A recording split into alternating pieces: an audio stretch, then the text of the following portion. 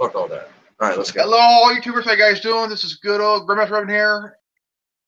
And if you're from the Resistance, if you're watching this, you are the Resistance. You're watching the None of Us Liberty Media, brought to you by TWWRN.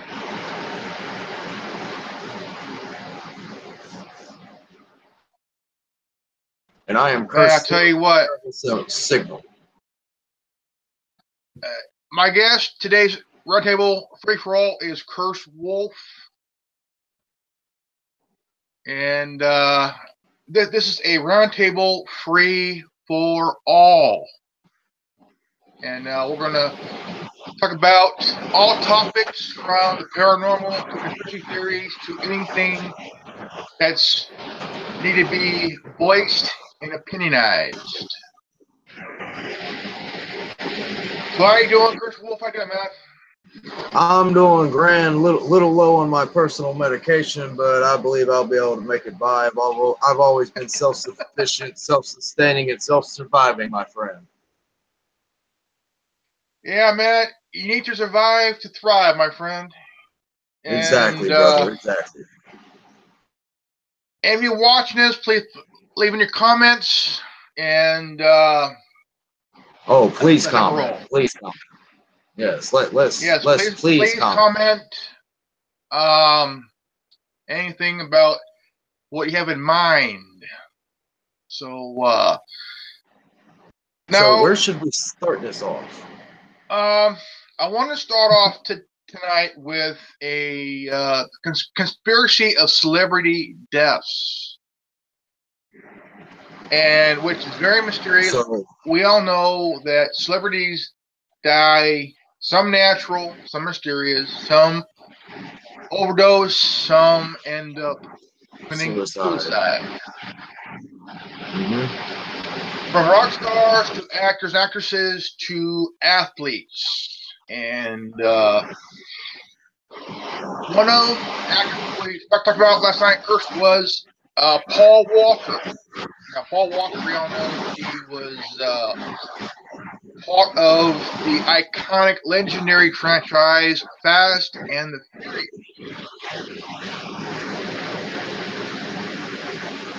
Now, yes. Go ahead. Now we learned the car was a Porsche Carrera GT. Now, the tires on this car were 10 years old. Now, there were many conspiracy theories on how he died, why he died. Was there a mechanical failure, brake error, or what? Now, also, there's also theories that he was killed because of his foundation that was doing charity work in the Philippines. Now, he might have crossed into something that's hush-hush, that deals with either arms trading, drug, whatever. I mean, it's very... Some kind of trading. Let's just say some sort of trading he walked upon. We'll just leave it at that so that can be open to interpretation, whether or not it is or not. He walked upon something that he was not supposed to know, and they basically took him out like they do 5% of people who do not conform to the way that they think if they step upon knowledge that they don't want them to know. Yeah, it is. It's a very unique thing that now some also say that, well, he was in the movie The Skull, which is a kind of a hypothetical on exposing skull and bones and shit. So, he was in it with William Peterson, who we all know, who played Gil Grissom in CSI, the first one. Now,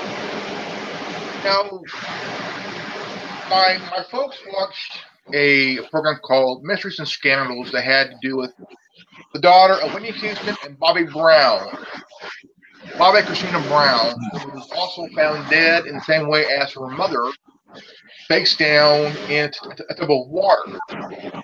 And now Whitney Houston, we all know, who's an iconic R&B singer who married Bobby Brown in the early 90s, and they had one child. And now the industry, the music industry has had ups and downs throughout the decade, throughout the years. In Detroit, which is Motown City, which thrived during the day, now it's a ghost town now. Curtis, I want to hear your opinion on the whole conspiracy of the death of Whitney Houston, too. That was a little bit before my time, but in order to relate that to something that happened in my time, I believe it was a reproduction of what happened to Anna Nicole Smith, more or less. The doctor was overtaken by somebody who was over him that was basically paying him to prescribe drugs to somebody who found out something that the only way to get rid of them was to placebo them, in a sense where they would think that they're receiving one thing whenever they're actually receiving something else. Now, there's also another. I mean, we all know what happened to Marilyn Monroe. Okay, she died, and there's a lot of theories over the death of Marilyn Monroe, Jane Mansfield, which we all know that one died of a supposed overdose, and one died of a car accident, which some would say it was a curse that was done by Anton LaVey, who was a student of Aleister Crowley. And there was a lot of speculation that she was beheaded in the accident, which she wore a wig.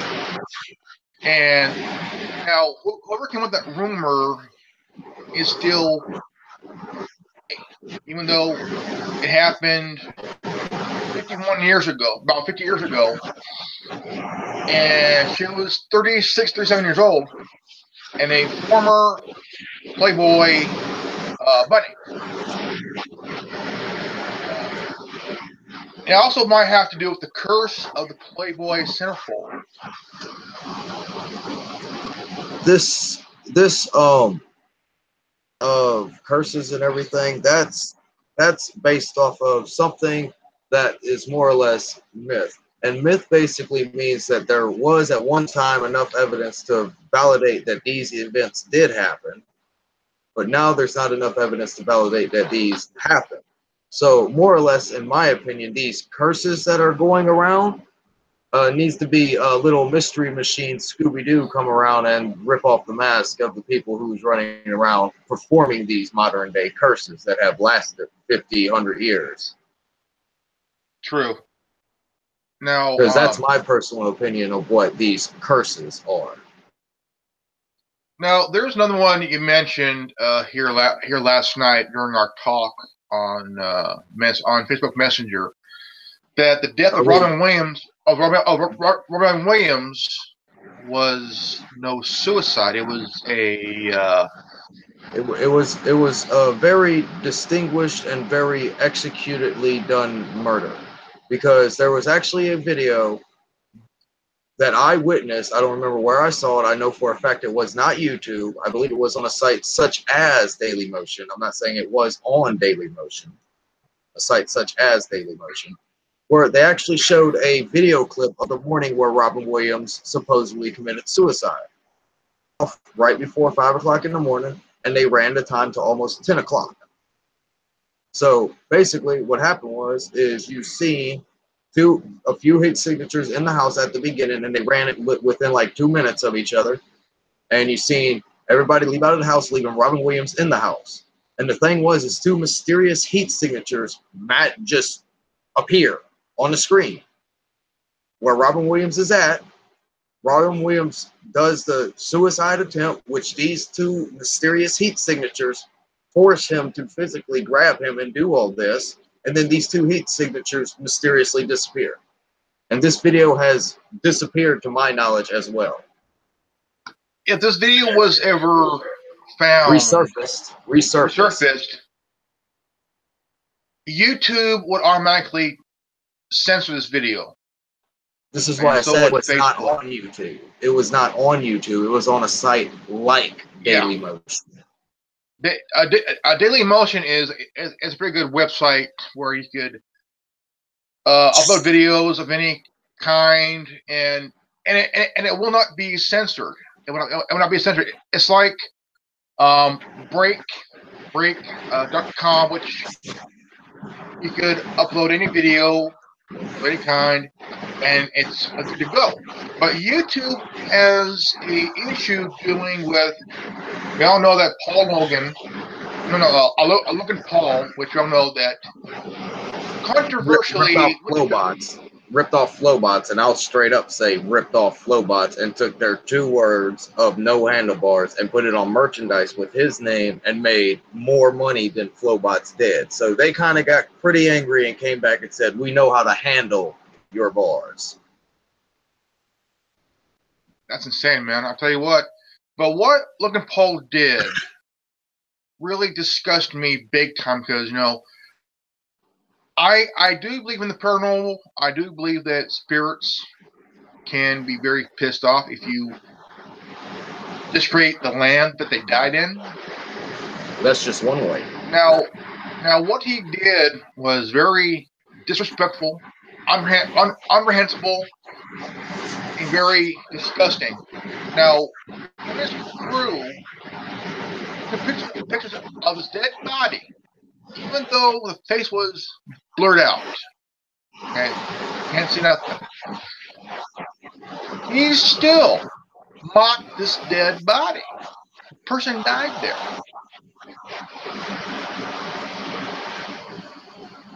Now, video like this is showing what celebrities can get away with and what they're not supposed to get away with.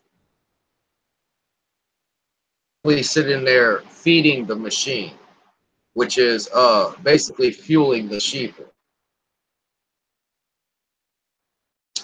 Now there's another conspiracy over a celebrity death. Now, right around 1962, middle of that year, John F. Kennedy and Marilyn Monroe were having an affair, which is common knowledge throughout history now. She knew too much, and there was a lot of speculation that the Kennedys took her out because she knew too much. And she was getting too involved, and she had a red diary. And now, the night of her death, we would like to believe that she committed suicide nearly 50 plus years ago, 55 years ago, or about that time. Now, there was a deathbed confession by a retired CIA agent admitting he killed Marilyn Monroe before he died. Your thoughts? Anybody in the government doing a deathbed confession, it is to cover up the action of another agent so that that agent can take the blame for it and it could be put to rest.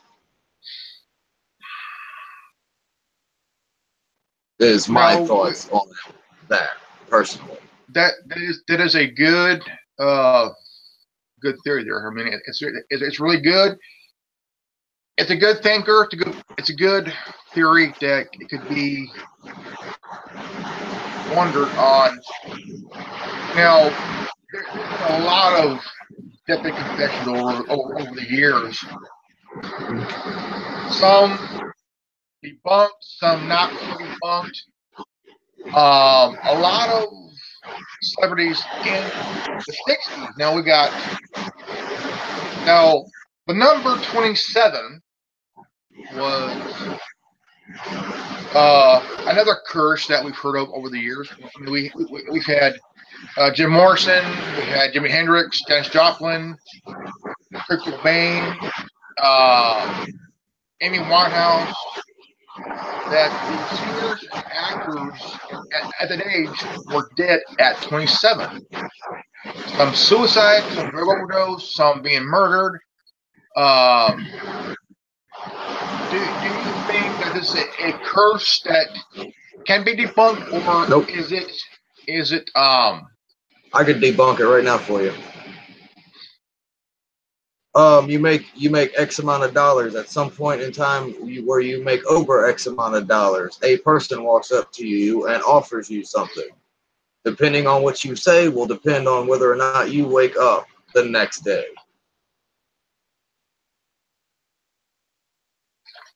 Yes, 27 is about the age that it happens to most celebrities, because most celebrities notice their spark in their mid to early 20s. And whenever they finally exceeded X amount of dollars is about 27, whenever they flipped enough buildings and stuff to make enough profit to do so. For example, Chad Kroeger. From Nickelback. He flipped at Here and Now. He became a resistance fighter because somebody had walked up to him. And you notice that in his lyrics from Here and Now until Feed the Machine. I've done a 180 and he is a resistance fighter because that person walked up to him. Now, there's another celebrity that became a resistance fighter, and that is Randy Quaid, who knew actor Heath Ledger, who died at 28 of a supposed suicide due to a drug overdose. Now, we all know Heath Ledger played the Joker in Dark Knight Rising. Is that correct? They killed Heath Ledger on set because there's an uncut version of the movie that he died in, and that's exactly what I just said. The movie that he died in, where you know how the Joker's running out of the hospital and he kicks the door right open? No, there's an uncut version where he kicks that door 3 times and it will not open. Now, we also know that he went into the mind of the character. Now, Joker... Now, that's how Heath Ledger is. The Joker came out in the early 40s, where he was a villain of Batman for a very long time. Now, there was different adaptations of who played Batman. We had Cesar Romero. We had Jack Nicholson, who played it in the 89 movie. And we have Heath Ledger in the Dark Knight trilogy. And then we have now Jared Leto, who played the Joker in Suicide Squad. And let's not forget to mention Adam West as well as, what was this other one? Wasn't it Wahlberger? Was it Wahlberger or Stiller? It was Ben Stiller. Let's just put those in there on the list as well, because they were Batmans. Yes. Now, the one who played Batman is, you had Michael Keaton, you had Val Kilmer, George Clooney,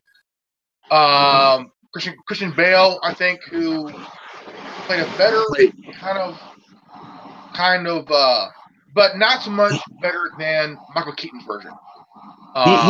He played a better dark version, but he was second. He was runner-up to the big boy there. He was definitely runner-up. Now, we've also had actors who got way too into the character and had a mental breakdown. Now we all know that when Robin Williams was alive, he did a character where he was in that character so much that he actually became Genie from Aladdin. Mm-hmm. Whenever he changed that voice, he became the Genie from Aladdin. He became Mrs. Doubtfire. I believe it. And, that was it. Now, there's also many rumors that these characters caused him to have a psychosis when he died, but that isn't the case. He studied at Juilliard, and he was one hell of a funny comedian. And I mean, a lot of people in Hollywood have fallen off the wagon a few times here and there. And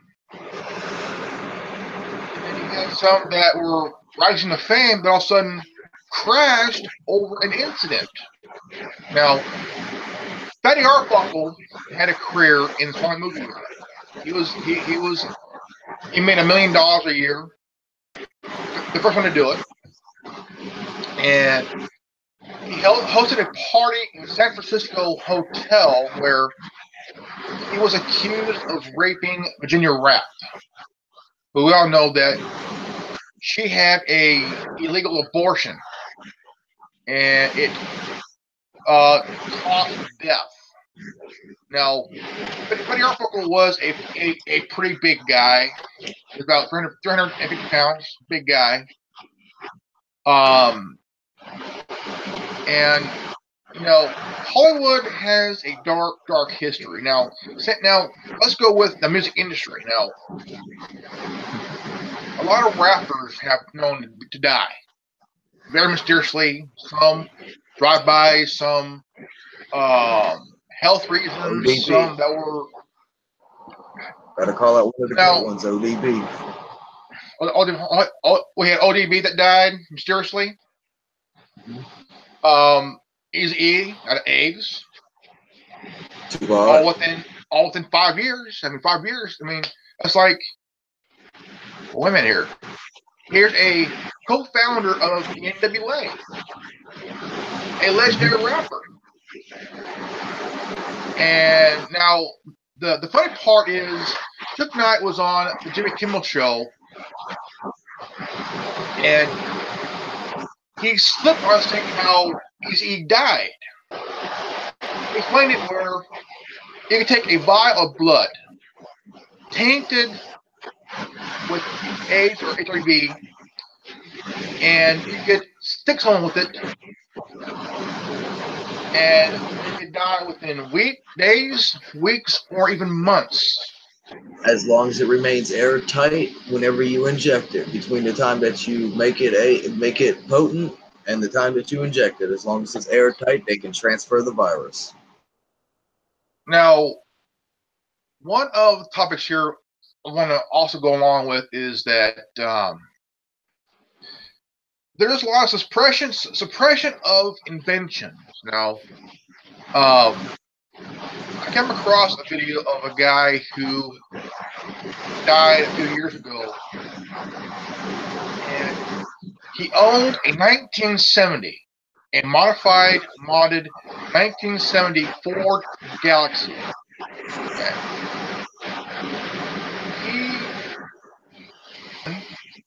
Where it could go 100 miles per gallon, and it could go from point A to point B in 2 hours, only using under a fifth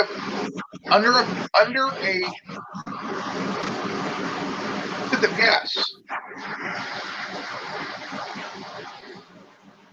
A lot of inventors who touch this subject area here were found mysteriously dead.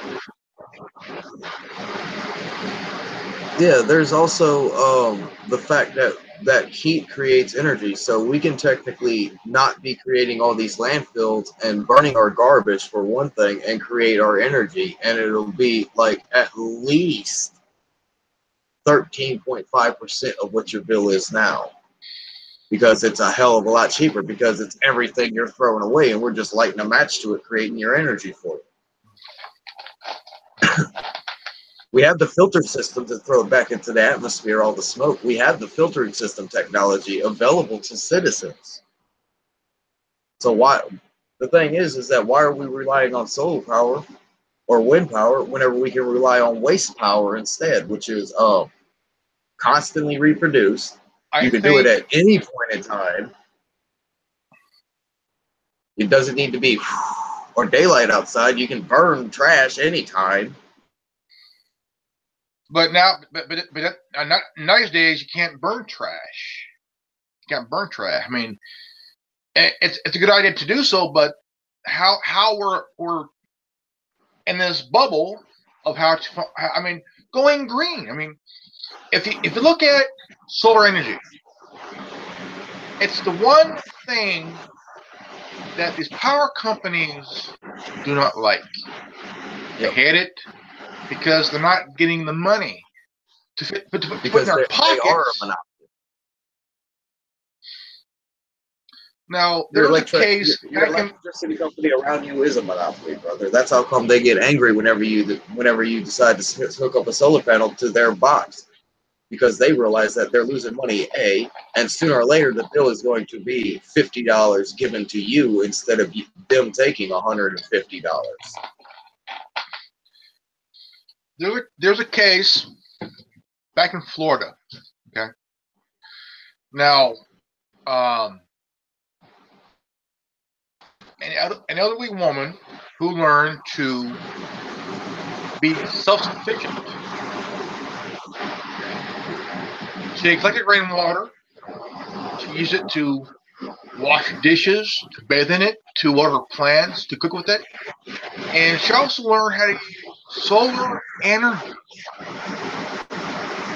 Now, the city that she lives in Florida, is trying to evict her of her home because she's not connected to the city grid. Yeah. Yep.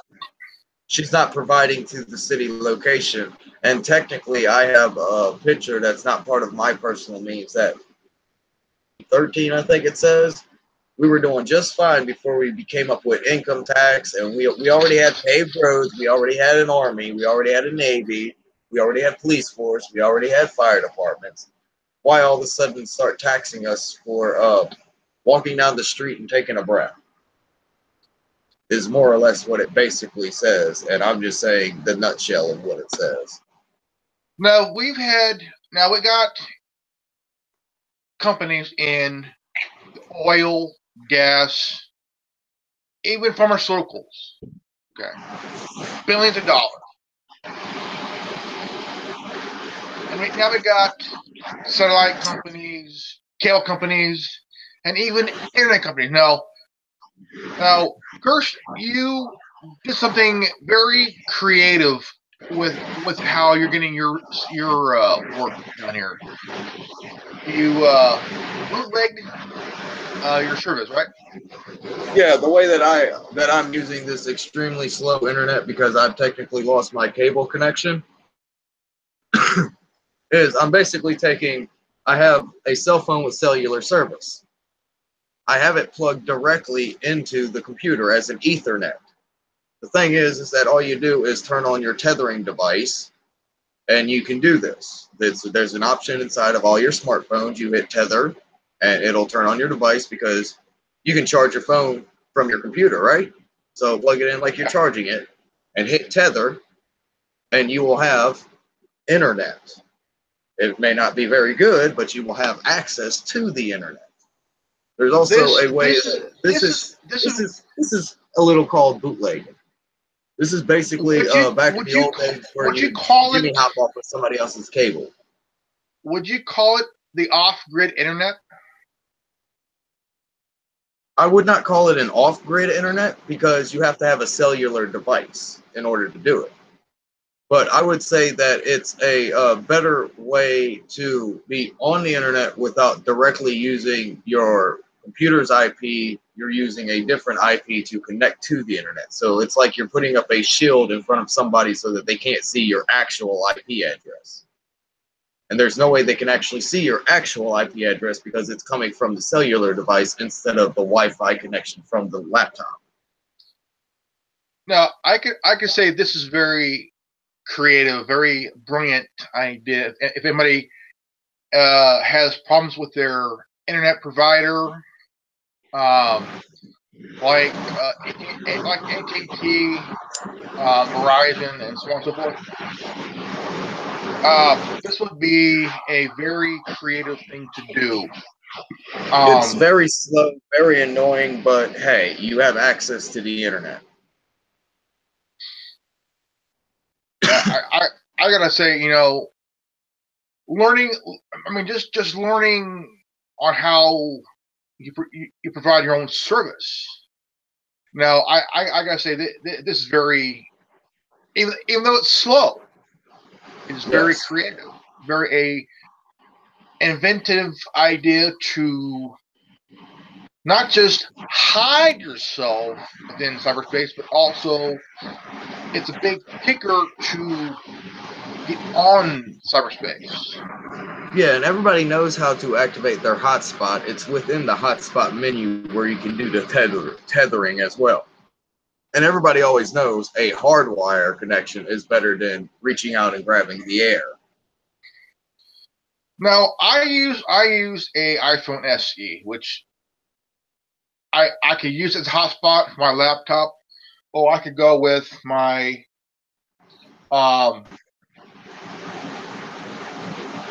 Alcatel One Touch for XL as a hotspot. I mean, it's I mean, these days, I mean, you don't need to go and buy a portable one. Your phone itself is a hotspot. Mm-hmm. Very brilliant way. Also, a key factor about the hotspot: you cannot get touched in a separate way. It is completely blocked. Not even hackers can touch it. Not even Big Brother can do it. This is a very unique, very creative way. That's literally what you're doing. You're hardwired. You're turning a wireless hotspot into an Ethernet hotspot. Is what I'm basically doing here. Because if you understand internet terms, I'm basically taking the wireless and making it wired. This would drive internet companies fucking nuts. Correct? Yes, because it would cut off part of the monopoly of the cable company. It'll also make the cell phone industry boom like nothing's ever heard of, because now everybody wants to boost their cellular signal, and then it'll also probably increase the profits of stationary devices like your laptops and your desktops, because now all you have to do is plug in your phone to your computer, hit the tether button, and you have internet, because you always have to have it plugged in, or else the tether option will either not appear or not be able to be pushed. So you have to plug it in, then touch the tether button, because then that's whenever it becomes available. I gotta say again, very creative, brilliant idea. Fuck you, internet companies, blow me now. Okay. Now, let's roll back around to the celebrity death thing so that we can tie together 3 celebrity deaths that happened nearly at the same time during last year. Yes. One of the most popularized ones will be last, because he is definitely not least.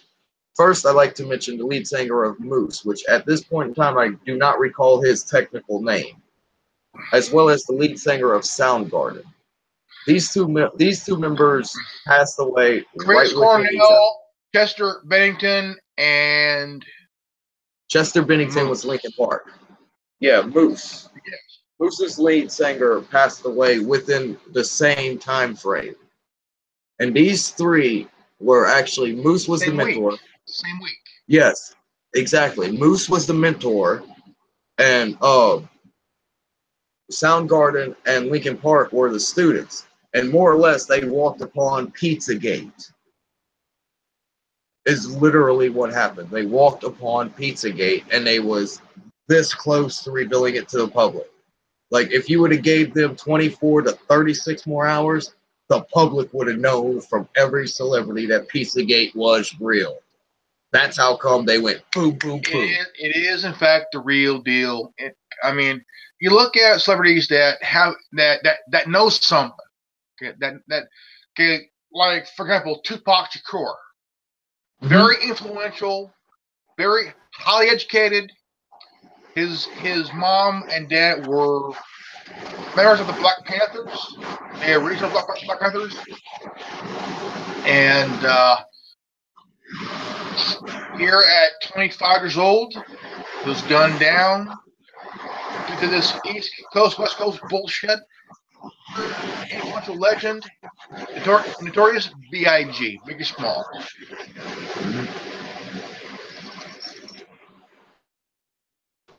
Now there is also a theory on who was involved, who pulled the trigger, who set it all up. I mean, there's like so much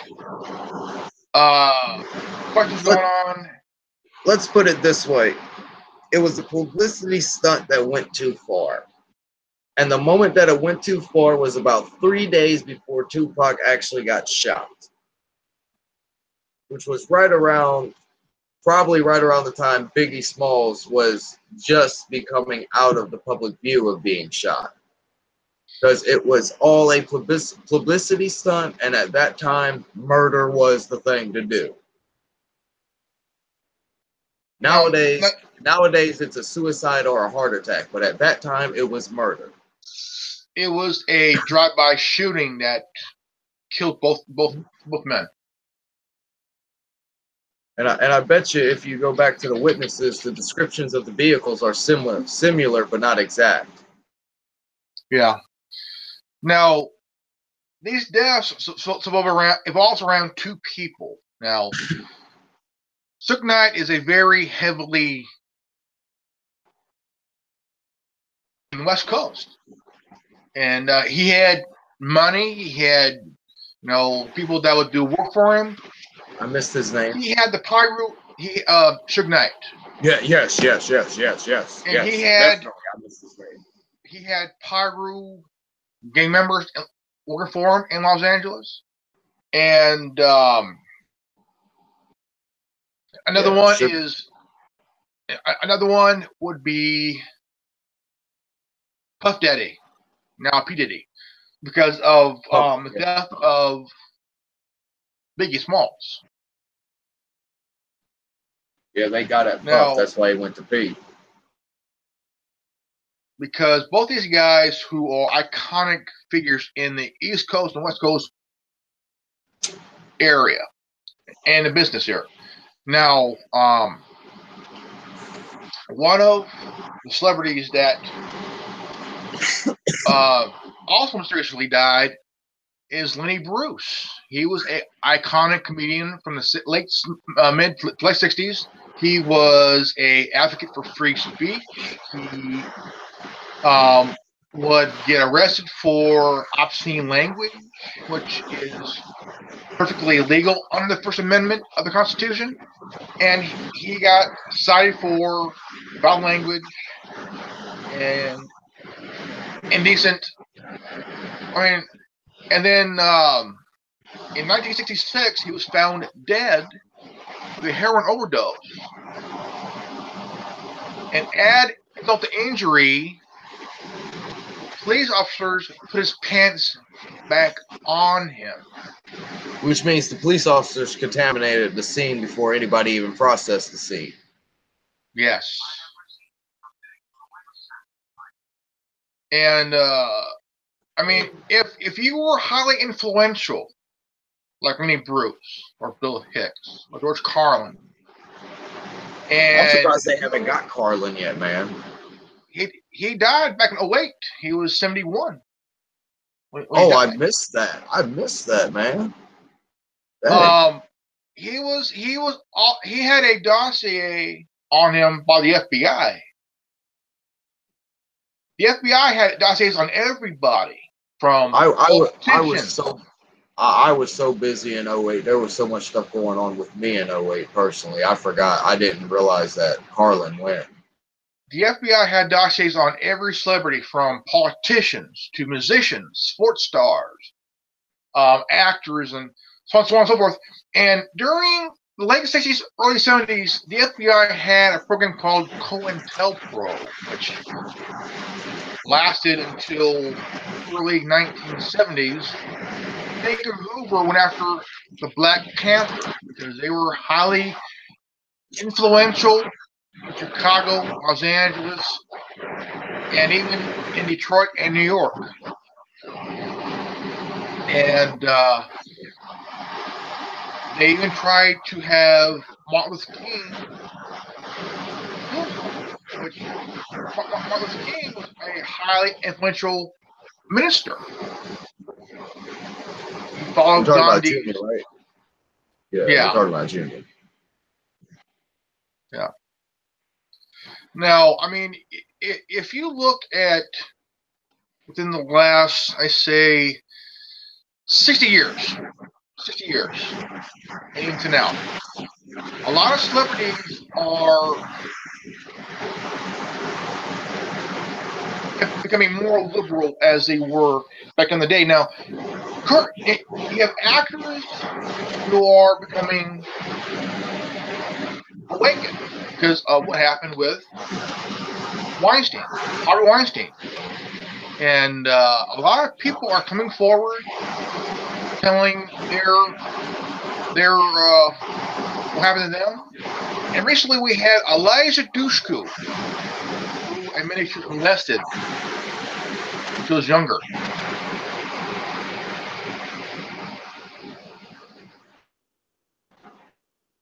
And now we're just hearing about Corey Feldman's abusers this time. We all know that Corey Feldman was on the movie Stand By Me, Lost Boys, and License to Drive, The Goonies. He had a show with Corey, another Corey, who's also his co-star and best friend in movies like The Lost Boys and License to Drive. They both had a show called The Two Coreys, which lasted 2 seasons until the death of Corey Haim, suicide. Dang. And it was a drug overdose suicide due to his molestation when they were 14 years old. And a few years ago, Corey Feldman blew the whistle on Hollywood. Now, this isn't no isolated incident. Now, the co-founder of MGM, Louis B. Mayer, during the silent film era, raped a 18-year-old girl who was either a call girl or a actress in training, I guess. But he was also known as being a. She was talent. A lot of young girls during the silent film era were targets for big studio heads, directors, and so on and so forth. It's not common anymore. It is brought out to light when Harvey Weinstein was fired by his own company because he was a pig.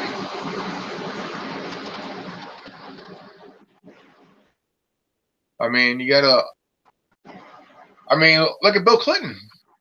That dude, 40 years of bullshit on his ass, man. Plus.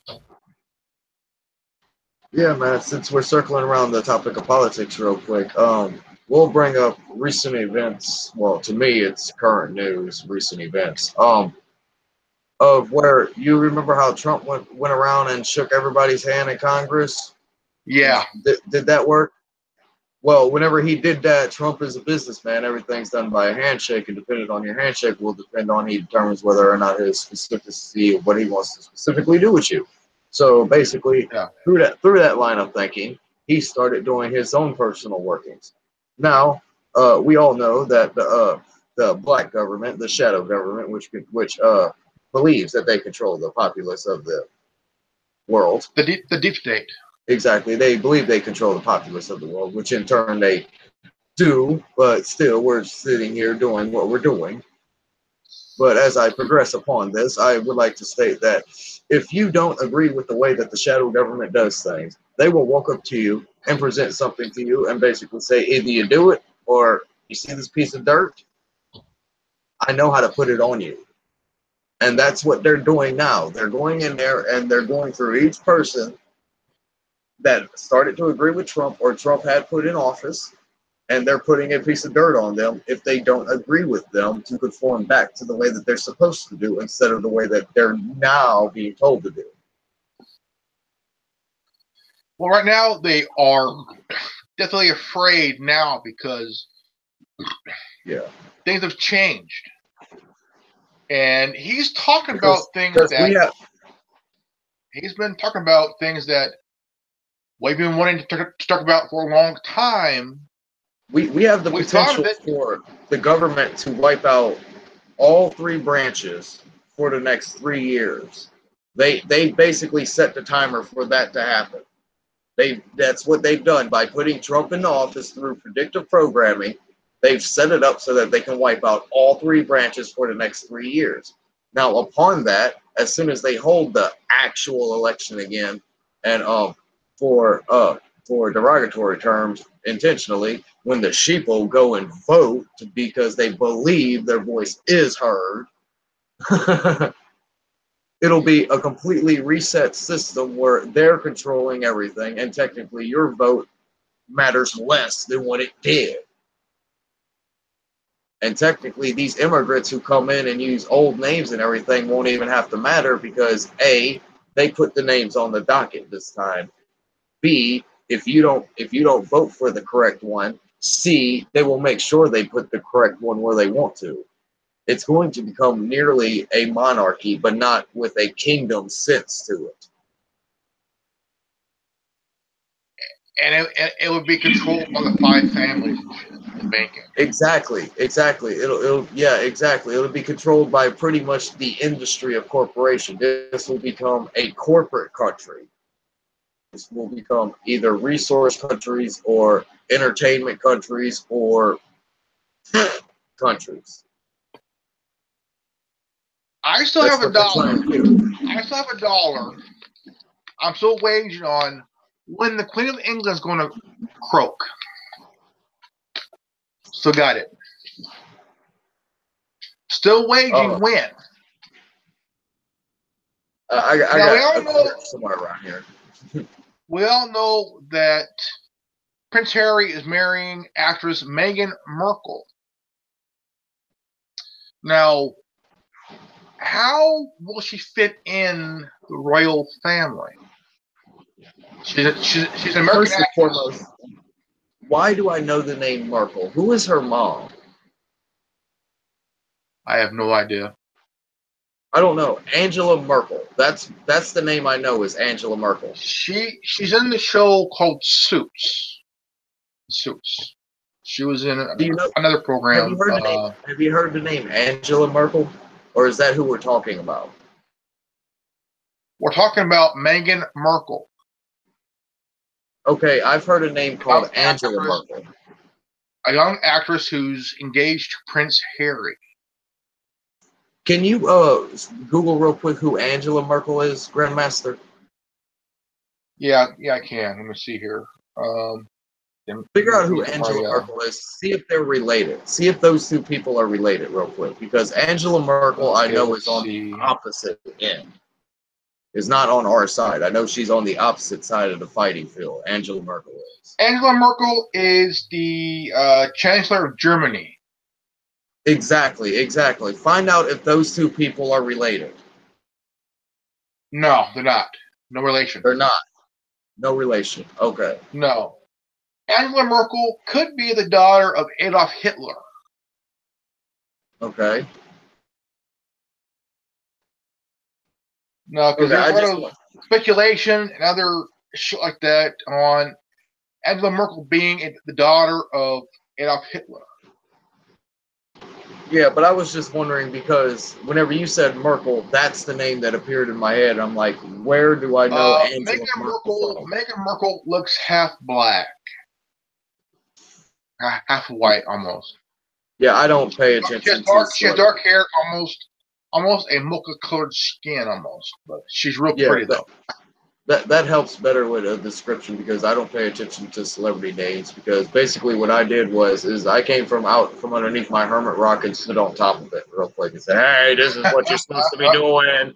This is what you're supposed to be doing. This is what you're supposed to be doing." Now we covered celebrity deaths. Yes. I want to get to the conspiracy theory of the topic.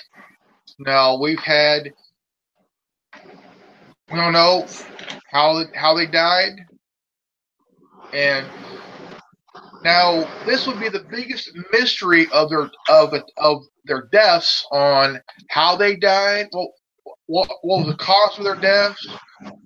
Now, one of them I gotta say is Jimi Hendrix. Now, Jimi Hendrix used to be in the U.S. Army before taking up the guitar and becoming the greatest of all time. Now, there was a few speculation on was his death was it overdose, is suicide, or was he murdered?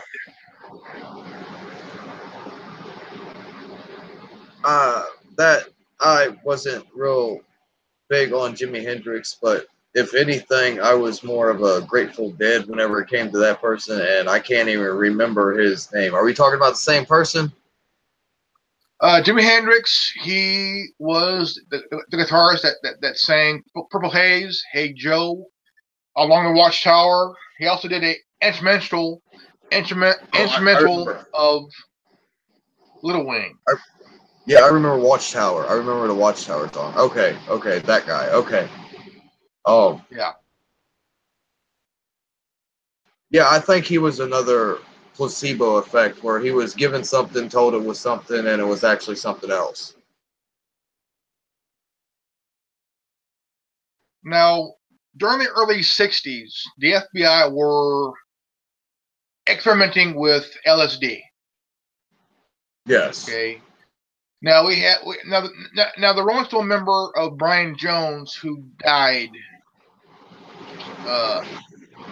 mysteriously. Now we were told throughout the decades that he died by drowning. Now there was more information on that the FBI had him killed because he started to waking up, no longer dealing with the LSD trips and everything else. And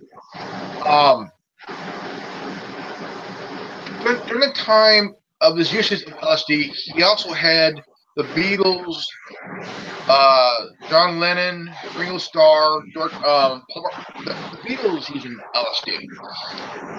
And they continued to use LSD until the late 60s when they started to get off the LSD trip. And it also helped them with one of their iconic albums, Sgt. Pepper Lonely Hearts Club Band album, and the White Album. Some of the singers started to really stop using it. They're becoming sober as it progressed. Now, if you're against the war, you're a problem. You're a problem with the government. Now, if you're a celebrity that spoke out against it, you had anti-war songs that really resonate to piss off the government, you are a target and you need to be dealt with. Definitely. Definitely, because if you realize that they're just sitting here to divide us so that they can conquer, as soon as you realize that fact right there, that they're literally sitting here figuring out every which way that we can divide ourselves so that they can sit back and just conquer us over. Once you sit back and realize that's what's happening, you're like, oh, we need to all come together and go against them. We can't be dividing amongst ourselves, period, anymore. We need to get rid of all these isms, period, because there's no reason for it. The dividing needs to end. Exactly. It needs to end, Kirsch. I mean, it needs to end as we speak. But now, we know that as we sit here, we're looking at we've had attempts of revolution. We've had Gandhi, we have Martin Luther King, we've had JFK. I mean, over the years, and then here we had Ron Paul. It was a modern-day Thomas Jefferson. He ran twice for president. He had this mass following during those two runs. And now we have Donald Trump. And let me plug in my cord here. Turn the charger here.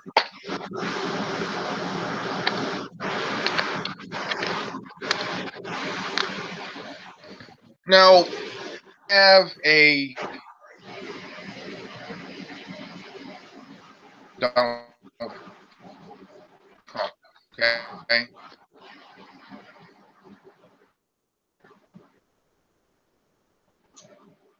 Is also a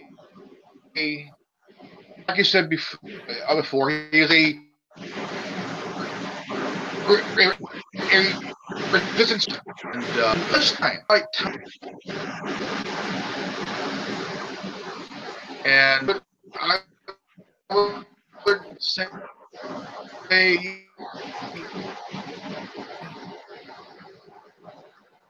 into this moment. All right, I just got back from commercial. I'm trying to, one or two. Now the deep state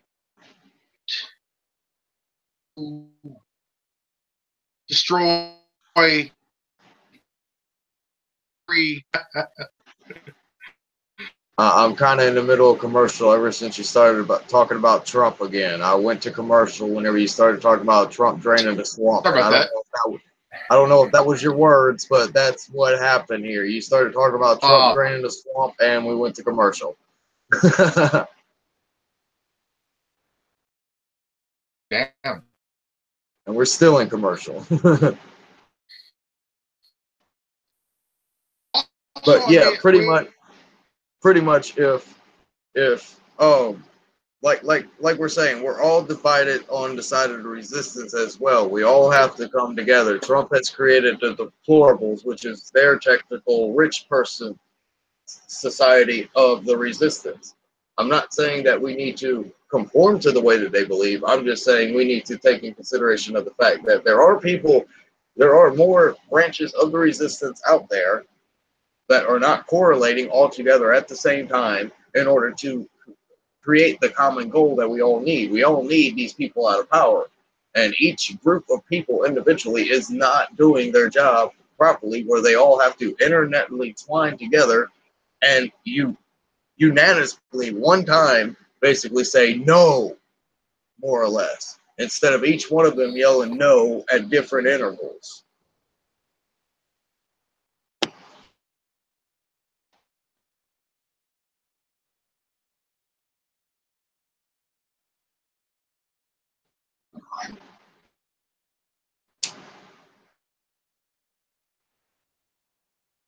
I've who are the you plugged in whatever you plugged in, and now we're really messing up. And their words still resonate today.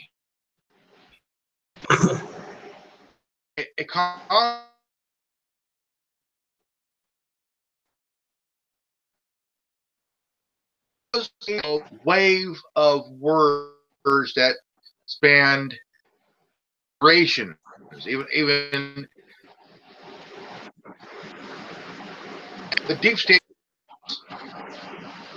wave resonates with every single God-fearing. It's not going to go away. Yeah, it won't go away, man. It will still be around for a very long time.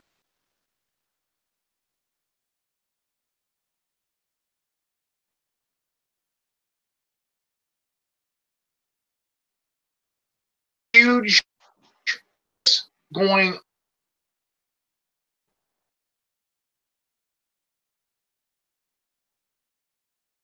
There it goes, man. Come on, let me back. Continue. Back through. Actually.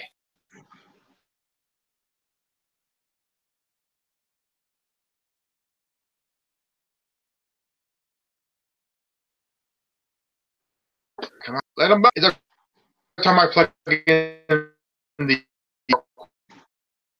cord in the back, I've learned so much over this. I'm trying, Grandmaster. Man.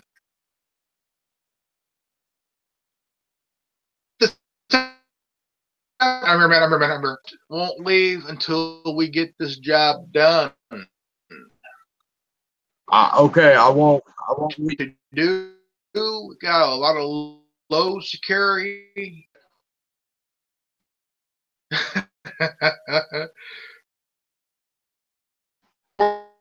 Words say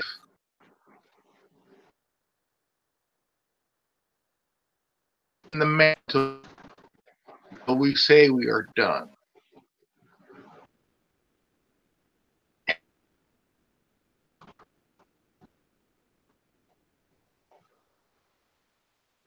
And so I'm just going to sit here and ride out the storm until it gets better, my Grandmaster. I'm there with the man. I'm there with the. I would say, note here is that the first roundtable free for all Liberty media ever, and this is a first time. Cursed Zero is good to have you. And,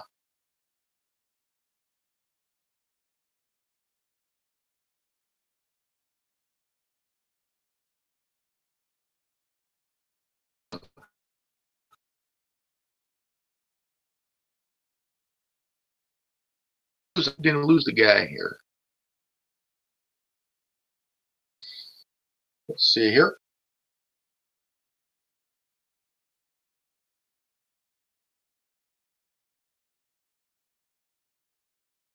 Around 7:22 p.m.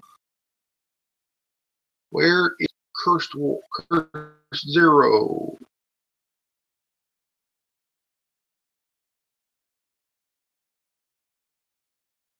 Did we lose Cursed Zero? Where's the guy at? Where's Cursed Zero?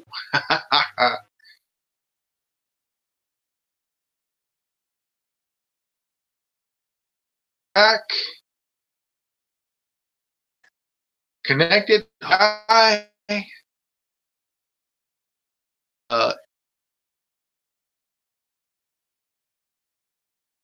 His video feed got cut. Let's bring him back. Just hoping that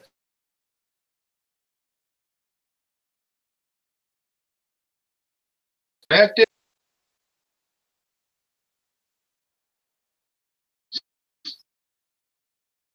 Curse. Let's chat. We were talking about yes, we talked about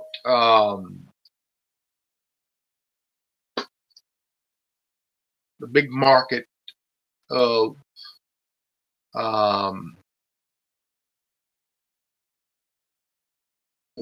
that is looking to please be here. All right, he's back. 4%. 4%. Yeah, I see, man. I see you. 4% uploading. I see you. We're hoping that he stays put in this conversation because offer and he brought out his OG. Okay, here we go. All right.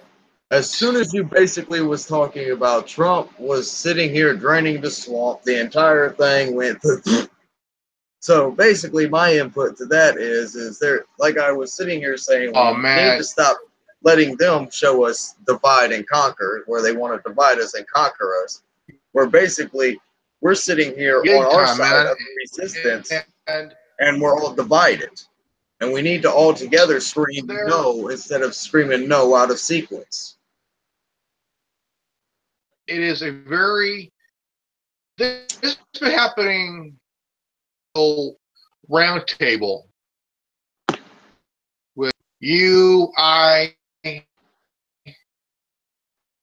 Because we talk and real shit, no, we talk deep shit, and sometimes whenever the people who don't talk often, who are receiving the most knowledge, are also bumped as well. But also the people sitting here spitting the maximum amount of knowledge, and it never seems like Tin Men goes off the air because he's like the main tech man.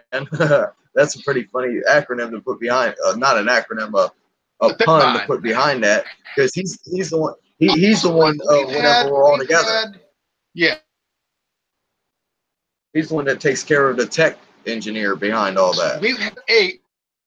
We've had 2, 3 people getting booted, either a signal or somebody, one of us, because the knowledge.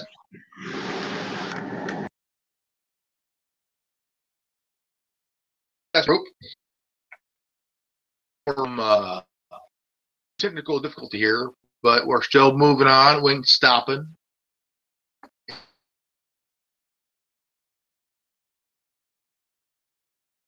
And you've also off and on for few days, off and on, and video chats to almost hours and stuff. And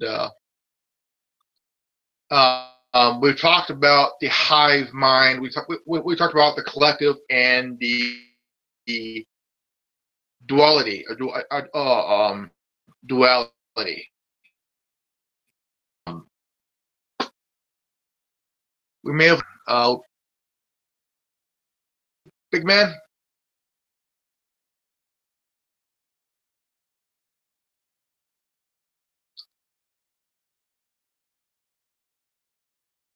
Is connected, or he's still here? Still here, because we don't want to end the program. We want to keep it going.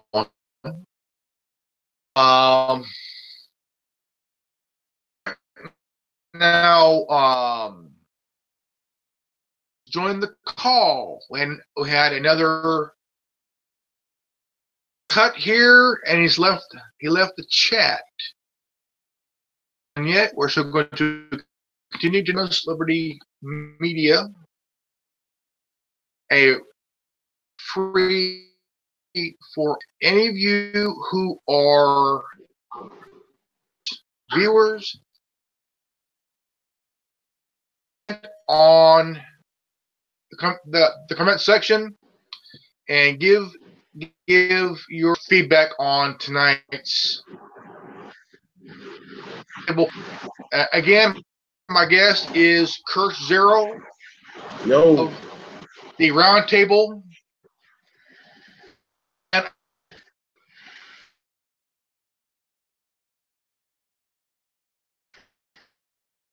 Of the worldwide, and also Curse, also a member of your clan. We discussed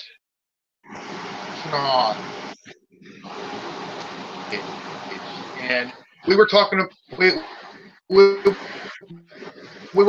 talking about the collectivity and of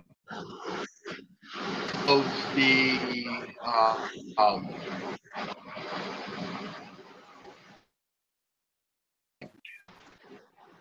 I've got a chance to learn and and very grateful. I'm trying to keep up with you, Grandmaster. They're cutting in and out. They may or may not let me stay this time as well.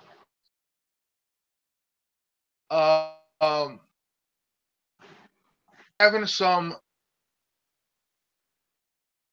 news. Earl is having moments with his signal and his connection, so please bear with us. It's just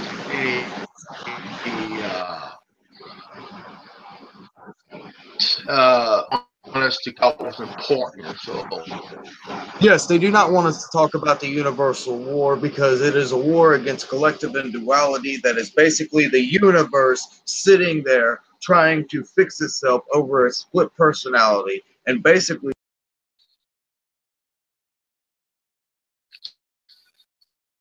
he is left again. What Chris is trying to talk about is the world is sitting to repair itself. People in the shadows trying to stop this. Try to have that free mind to and that free of thought of a more of a universal.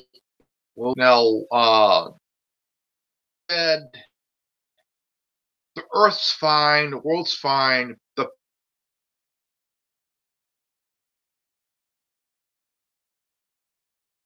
people, the villain.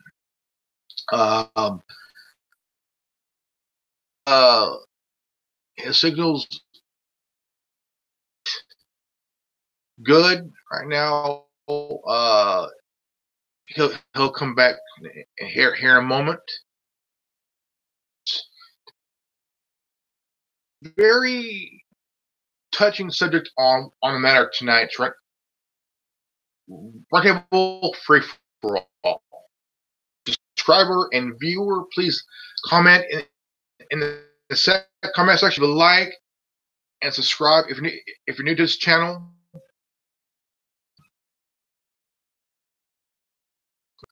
We went over again celebrity deaths, the conspiracy of celebrity deaths. We talked about the five corporate families in banking, finance, local part of the military industrial complex is what they're trying to down here. You know what I'm saying? And first Zero is on the chat. Hopefully he is good. If you're a listener, subscriber, also please leave a comment section. Also bell for notification. Also hoping that Curse Zero comes back intact. We have a lot more to talk about until 9 p.m. So we got another hour. So at this time, what Curse Zero was talking about, how the world itself is trying to heal itself, try to get the mind connect in a very spiritual, also a more of a universal. Now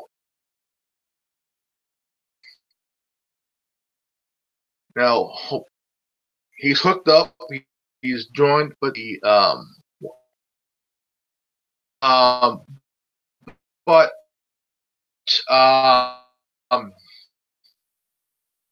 say that now on tonight's roundtable. is that this is the first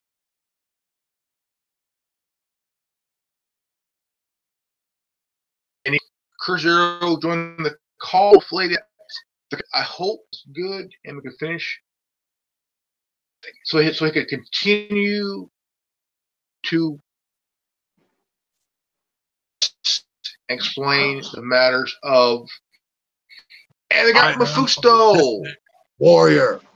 I am a resistance warrior. I am here to tell you that your petty things on this earth is not what you need to worry about. You need to use the Kruger effect against Yahweh. Yahweh is the Christian God. That is the hive mind of the duality of the humans that are controlling this planet. You must understand that this simple fact is that you must believe that the universe is the eternal one, not this Yahweh that these dualities of evil humans want you to believe. You must take the idea of the collective consciousness and as well as the idea of the duality consciousness. Get the goodness from both of them and extract the evil from both of them and reunite the split personality of this universe that is the true God, the true eternal one that was here before the beginning and will be here after the end. This is your resistance warrior, Mephisto. Yes. Ladies and gentlemen, my next guest we have here is Mephisto.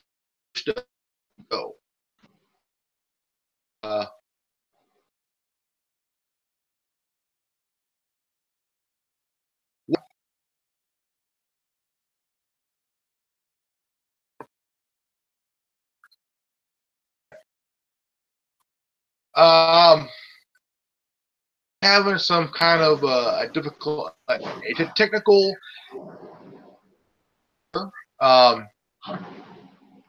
So many problems. I hate technology. It just enrages me so bad. It just brings out so many other slide-in personalities of myself, man. It just enrages me, man. So much information within my brain. I've been here nearly 270,000 years, but all you see is this 30-year-old body and nobody wants to listen to it. And it enrages me even more. Now, we're talking about the global aspect of the universe on how the mind project viewing sleep. Your mind is bringing up viewing a human projector. Yes. When you sleep, you kind of see things that dream of, but some would say it's a dream, or it could be or something of that magnitude. Now, you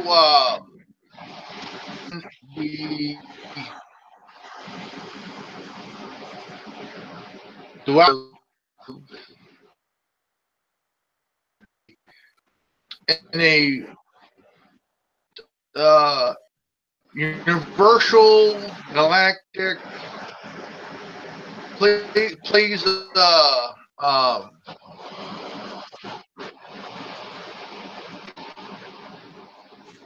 Okay, I caught like an eighth of what you said. Are you asking me to explain more about what collective is versus duality and what a hive mind is? Yeah. Okay.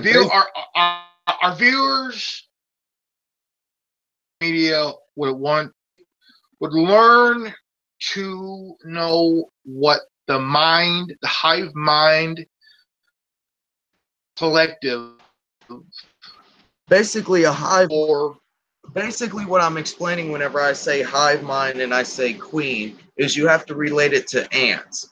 Ants are controlled by the queen. It is a hive mind. The queen controls everything every ant does. The ants have no mind of themselves. The basic understanding of that relates to this. Everyone within the hive mind that is not the queen of collective is given 70 to 90% of their energy to the queen of their hive mind.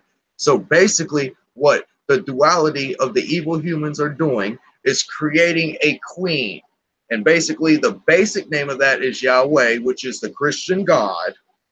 And they've created this illusion of belief structure using the Kruger effect to cause a queen to appear. And that they are using as basically a nuclear reactor. And the sheeple are the batteries, is what they're basically doing. They're basically taking this one world theology of universal understanding and twisting it to use it to their use. And basically, the collective, the real collective, you're basically giving 70 to 90% of your energy to the universe, which technically the aspect of duality is, which basically of collective, the universe is the queen of the hive mind of collective, to point that out real quick. The universe, the true God, the eternal one, is the queen of the hive mind of collective. To point out the good side of duality is that you've understood that you have the ability to do everything that the queen mind of the collective can do. You know that you can do it. You just have to be able to know that you can do it. There's a belief, there's no belief, there's no hope, there's no faith. There is only knowing. And once you come to the absolutation of knowing, it will become things will become unlocked to you, and you are only limited by your thought. Oh, he left again. Now, the whole talk about you are controlling the thought process. You're controlling whole entire thing of the mind. Now the mind is like a film projector, like a so you got um,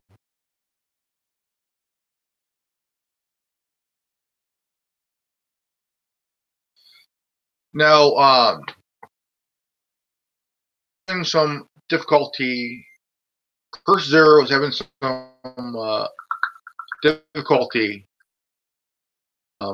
with his connection, and okay,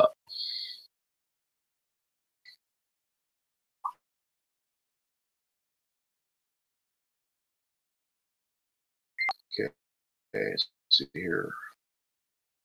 Table 3.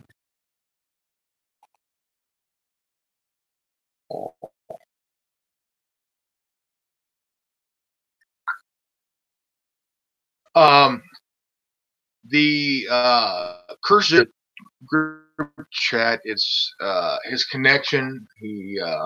But the whole that the queen and the ants or the workers, so on and so forth.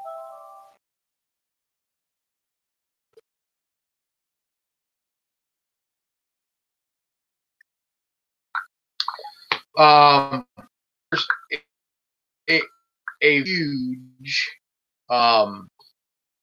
now we have members of the resistance, Genevieve,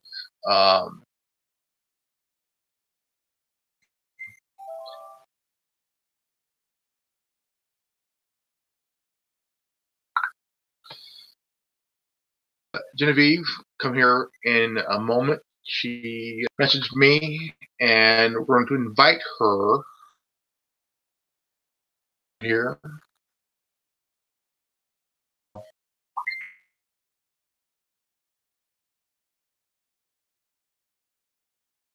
This is a thing here, so please bear with me on this one.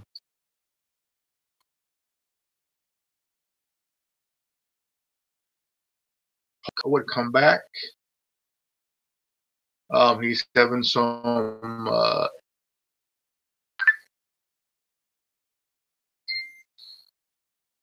hey, brother. Let's try to do it this way, man, because I can't do it any other way. Genevieve will be logging on here pretty soon. She I let her go live, and right now we got Curse Zero on Facebook. Now you were mentioning the hive mind where the queen sits on top, and where exactly was I before I got cut off? The mind. You're explaining the whole collective duality and the hive mind. Collective hive mind, 70 to 90% to the hive mind of the universe. God, true eternal one. And the duality of the have created a different queen on earth to 90% of their thought to energy that is being expelled. The entire thing is that they created Yahweh, the Christian God,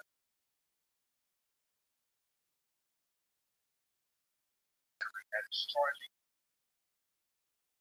That this is all they have done. A way to store power and create something that can create the Freddy Krueger effect. If you don't think about Freddy doesn't exist. Okay? Now, elaborating off of that,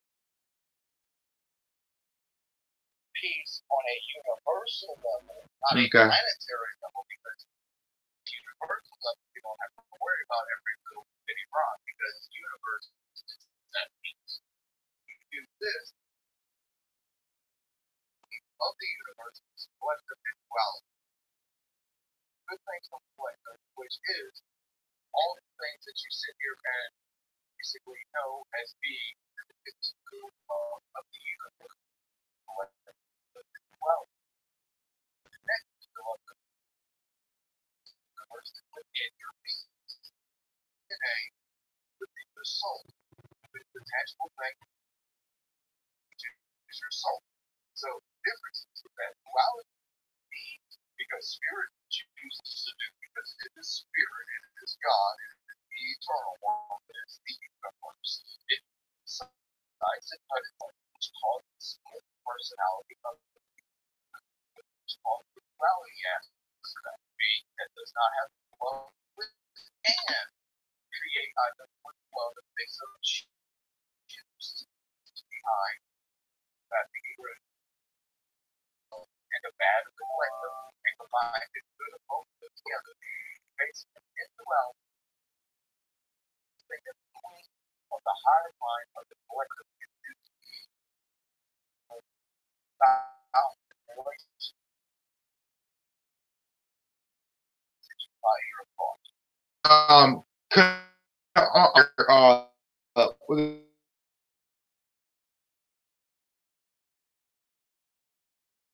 She contacted me, and see that message I came directly to you. We've had some connectional Zero. He's been off and on, and now he's on Facebook, and he because the went kind of we're bearing, so please bear with us here on the Anonymous Liberty Media. you don't need, man. I was trying to help, so I just tried to jump in there real quick. Yeah. You were off and on here in group chat, and it's kind of very not a good. I mean, started about the exact same time that you basically said, well, in my Trump training and big is happening. I pissed off the government pit bull. Now the collective thought, the process of the collective thought is that the human mind thought. Is that correct? The human mind is basically controlled by consciousness. Now, thought is part of consciousness. Thought is like me. I would guesstimate over here. I said guesstimate 3% of consciousness. Okay, I'm gonna. Yes, very fast. I'm gonna get a hold. Okay, we got. Send an invite to Genevieve.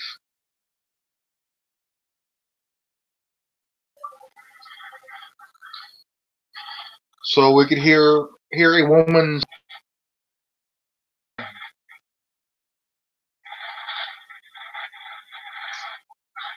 Yes, this is always good to have. Even we have. Cool. Cool.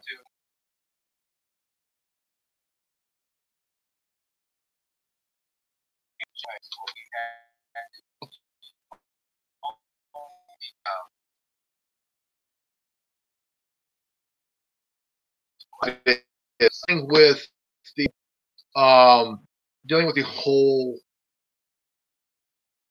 of binary, gender fluid, transgender, and we also got a huge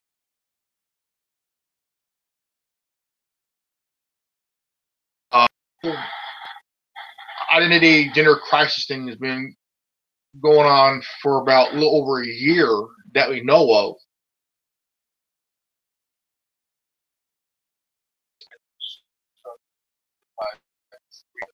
Concept that in order to be immortal, that your soul is immortal, not this body. The body has a time limit, but the soul, the spirit goes on, while the body itself is a vessel for that spirit. But when that time comes for the body to on to another realm of the universe, and where we learn that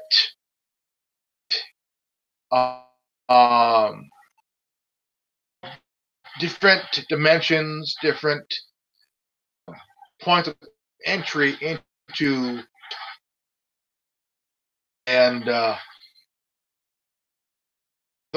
whole idea of for us to move on is that our soul is immortal, but the body itself is a vessel, and it has a time, certain time in age.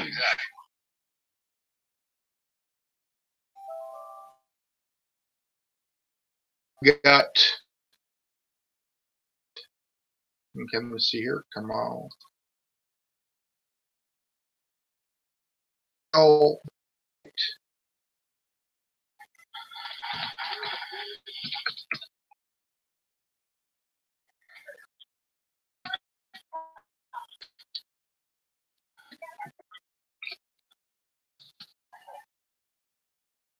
I tried to give her the back door. Apparently, it don't work.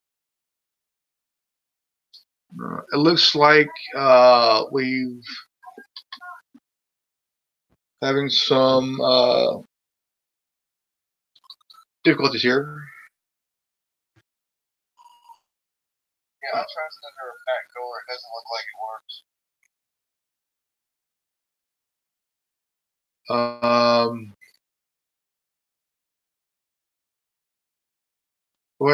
Go ahead and tell her it's not working. Tell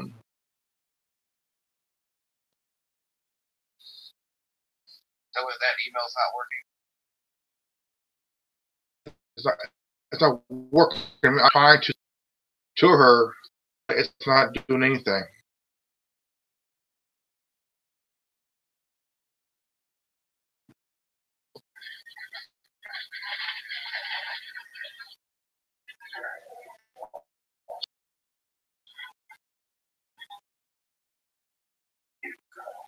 Her email is invite. Yeah, that's what I said. I sent it, and she says that she can't get on it through the back door because it won't let her on her computer. And I'm like, well, that's not what it's for. Log into Facebook. She needs to log into Facebook, go through Messenger, and click on the link. Getting. She needs to get on her computer, log into Facebook Messenger, and click on the link. Send that to her too. Okay. All right. Maybe voice that to her. Let me see here. Did you send it to the right to her? I sent it to her personal.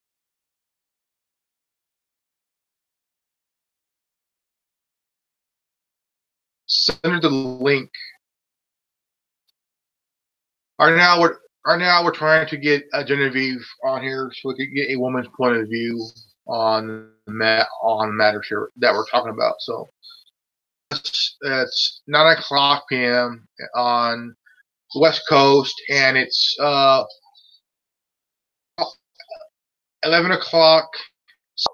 Huh? It's 11:00 Central, and it's 1 your time. 1 your time? No, it's tomorrow. It's midnight. It's tomorrow. It's midnight your time, Curse, and it's Genevieve's time.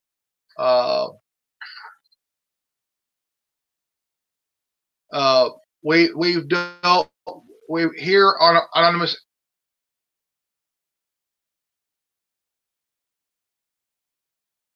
And he's been. I mean, it looks like the government pit bull is pissed, and we are enjoying it now. Yeah, because I found the window to jump through. Front door, I jumped through a window this time. But yeah, you can't push me out the door. I got a long time. Curse, you've been backdooring all night here, trying to get on here. Group chat, and it's like, this is the first time that we're doing this roundtable free for all. This probably this is actually the first one on Anonymous Liberty Media, and it is such fun to have you here on the broadcast. I mean,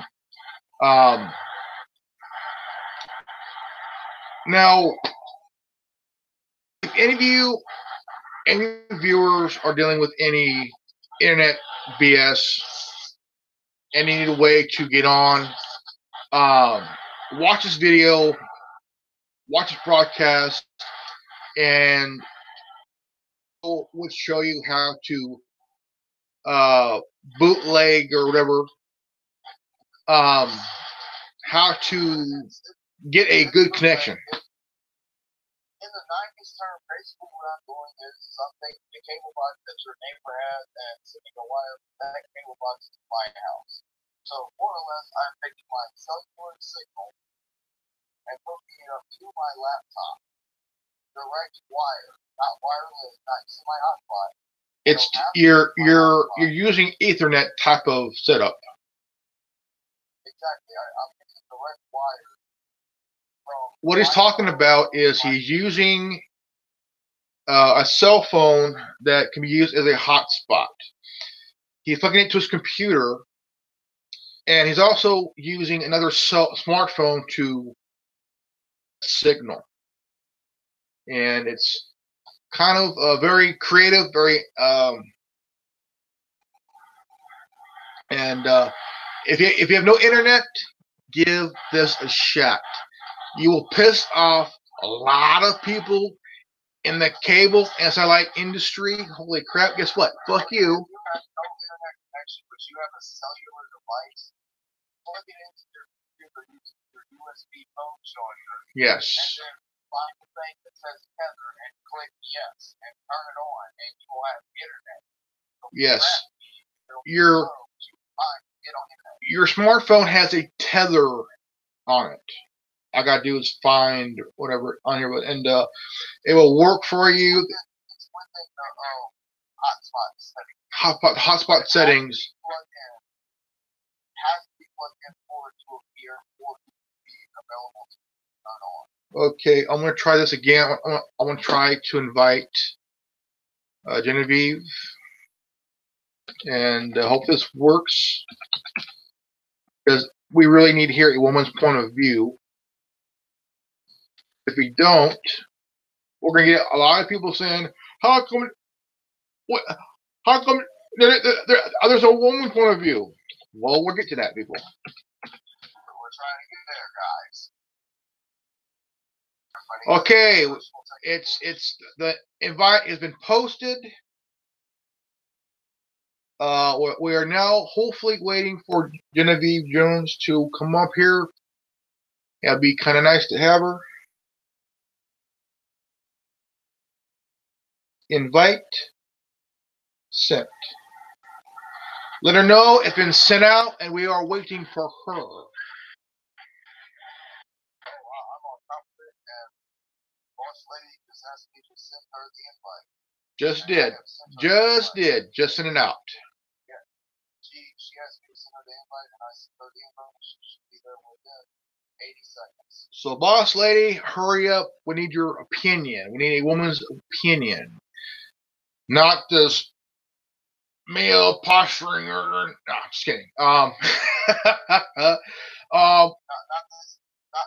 barrel with 2 bullets. Yeah. Well, in my case, 3. We should be having Genevieve here anytime soon. In a moment here. Again, we got Kurt Zero.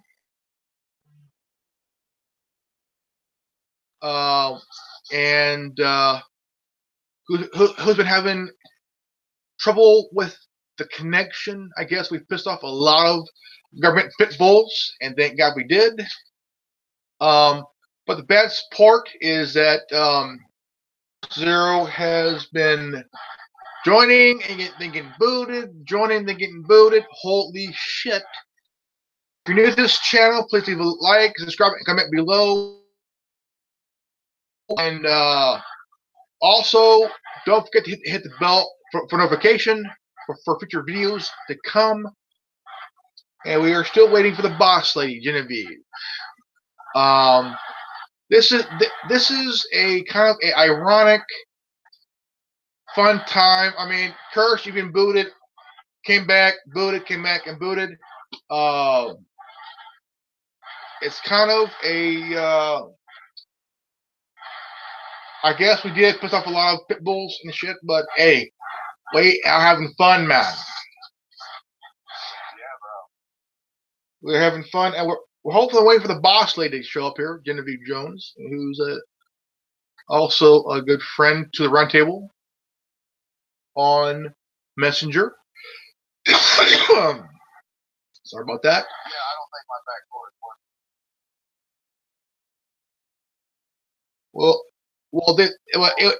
It was sent. It was sent. I let her know that it was sent.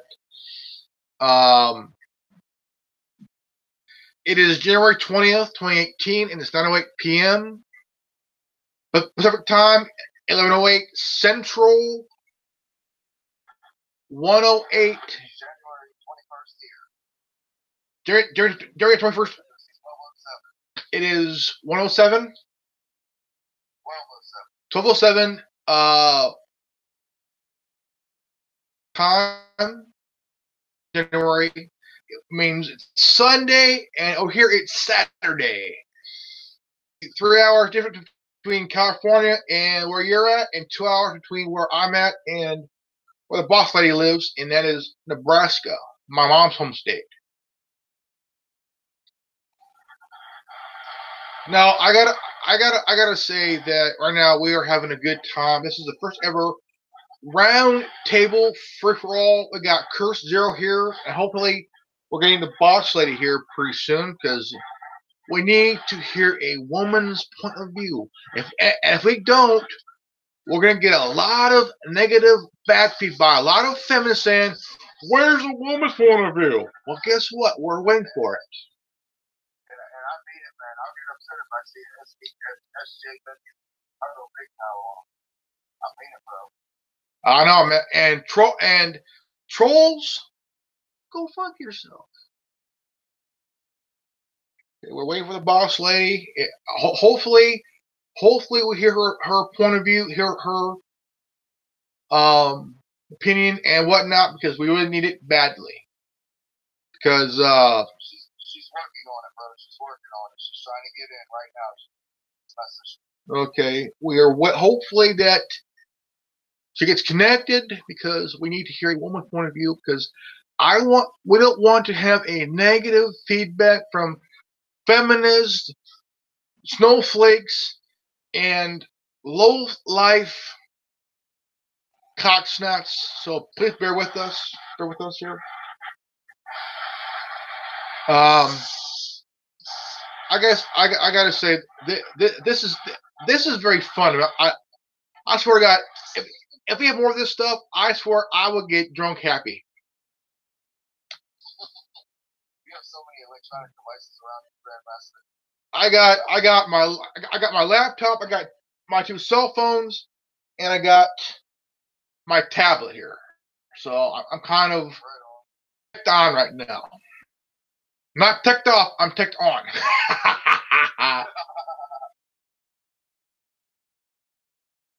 So we are actually now. I gotta pinpoint on an issue here, Curse. Now we talked about, like I said, off and on before the whole free for all thing on here, and I've enjoyed conversation about and learning about the hive mind, learning about the collective, and also the duality, learning about different dimensions, from the 2D to all different aspects from the 3D dimension to the 5D dimensions and whatnot, and how the body itself is a vessel for the immortal soul and spirit that will move on even though the body itself will die. It will cease on. The body has a time limit. The saying goes, life is short. It is short. But we are looking at hopefully to get Genevieve here on here, because I really want to hear her point of view as well as everybody else here.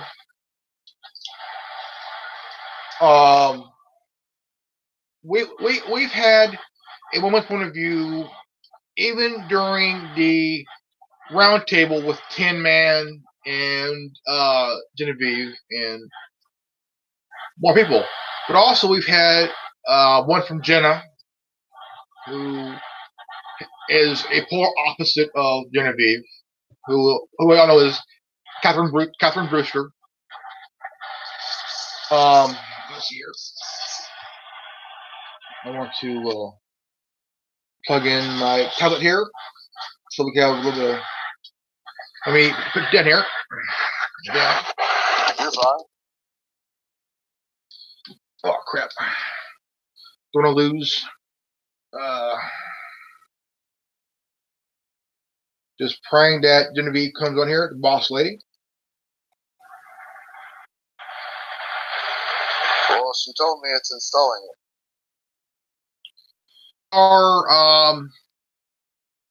We're actually Curse is that we're waiting for her to give her opinion because we would like to the female subscribers of this channel would like to hear her point of view too. I think that this would be a great opportunity to more of the woman's point of view on different matters, subjects, and everything else. And I do agree on that point of view of it from a female standpoint of whether it has to do with women's equality in the workplace, equality in, all different matters of social, economic, religious equality, so on and so forth. I think this would be a good opportunity for Genevieve to give her point of view on matter that we would like to hear her.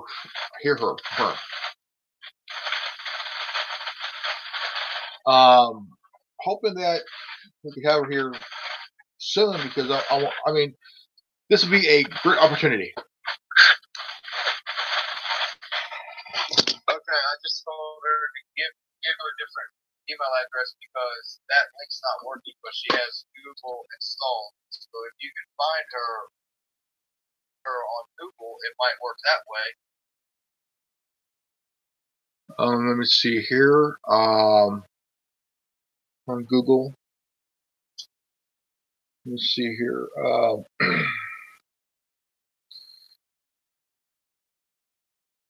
Let's see here.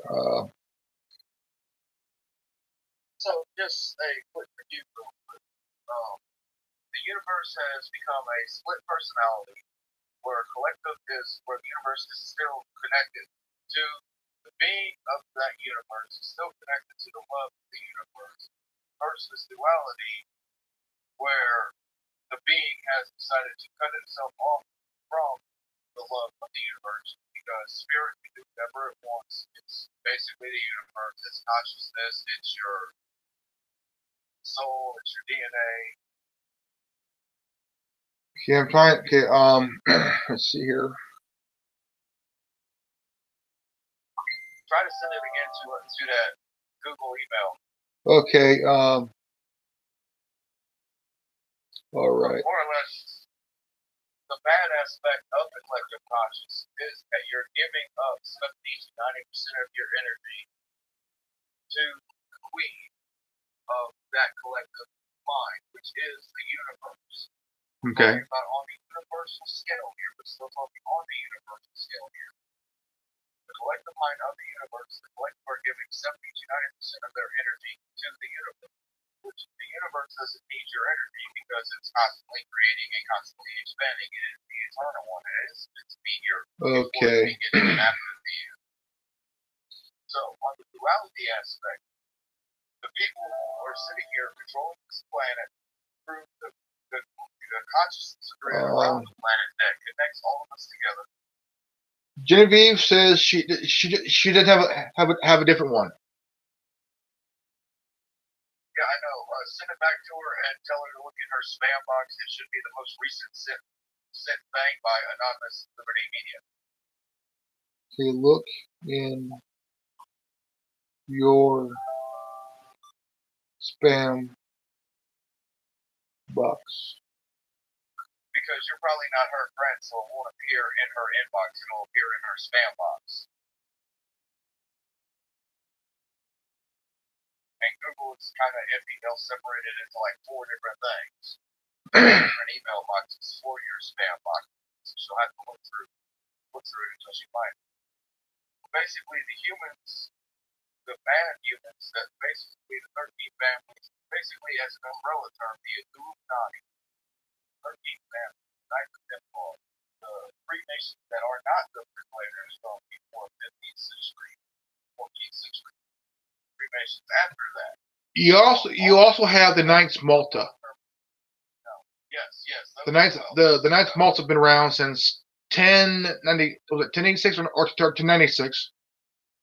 Yes. That would be around time of the either the Inquisition or the Crusades, or way before the Renaissance. Yeah. All them run together and show that the umbrellas are Illuminati. Basically, that is a group of evil humans that are sitting here purposely setting military bases on parts of where the grid intersects. They're using the duality consciousness to create a queen, which is Yahweh, which is the Christian God, so that the Christian God Yahweh can be the nuclear reactor of batteries. Batteries are each and every one of the people following the religion. The thing is that thought controls everything here, anywhere. Because the whole thing is that atoms are empty, basically made of empty space, and your mind fills that empty space. Like, off of that, you use the Kruger effect against Yahweh. You don't believe that he's there, he doesn't exist anymore. Now, there's also a if you look at the pyramids, if you look at the Mayan temple and a few other ones, if you take them, it's like they're all linked in one big circle, and these are the worlds of the Egyptians, the Mayans, the Incas, all the temples that are connected. I'm glad you brought this up, Grandmaster. I'm really glad you brought this up, Grandmaster, because you refreshed my brain on what else I'm supposed to go in here. Also, if you look at the island where the statues of Easter Island, which these statues were built thousands of years ago by the inhabitants of the island, that there is some would say that it was a kind of a extraterrestrial design, I think. It's not extraterrestrial, but it's extra dimensional because the N word for extraterrestrial, extra dimensional, extra planetary is the alien word. Okay, Genevieve says there's nothing. Yeah, I know. When was the last time that you sent it? Like 5 minutes ago? Yeah. I sent the invite. Let me try to. Internet connection, we'd already have her in here, dude. You know that. If I wouldn't be piggybacking and bootlegging, we'd already have her. Let me try it again. Yeah, big man. Yeah. Basically, it's not extraterrestrial. The thing is that they were extra-dimensional beings who sit here and had the time limit of 13,000 years to save this planet. And basically what they did was more or less what the evil humans are trying to do now, which is they basically had to create the power source and run the power source to all these monumental sites across the world. And once all these monumental sites sat there long enough to generate enough power, it finally ticked on. It finally clicked on. The jump start happened. And in short, it saved this planet. The thing is that what the producers people, every time they sit here and decide to study any of the pyramids or any of the pyramids on Mexico, the Incans or the Aztecs pyramid, they start to realize. Okay, I sent an invite. They realized that they were built. The whole thing is that they were created in the fourth dimension and then manifested in the third dimension. That's why I made sure to say that they were created by extra dimensional beings or interdimensional beings. They can interchange dimensions of planes because we're in a three-dimensional world that we can only see in 2D because you can't see behind you. You can't look out that window behind you unless you turn around, right, Grandmaster? Yeah. Yeah. We're in a visual two-dimensional plane on a three-dimensional world. Or minimal fourth-dimensional. They have done down. Okay, we got Boss Lady. ladies and gentlemen, our next guest we have here is we have Boss Lady Genevieve. How you doing, darling? I'm good. How are you?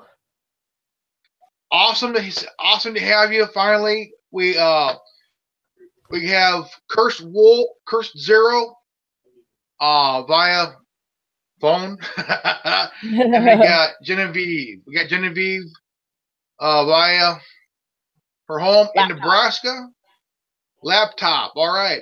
Now, Genevieve, darling, Cursed and I went over a few celebrity deaths and the big conspiracy about them, behind them.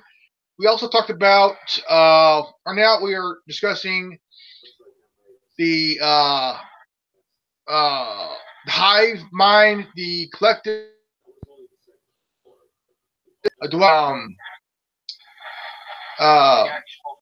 the actual creator of the ancient sites. Now, we're here, we have you, so let's hear your a woman's point of view from where you're sitting right now, darling. Wait, what? Let's see here. Let me speaker. Better? Hold on.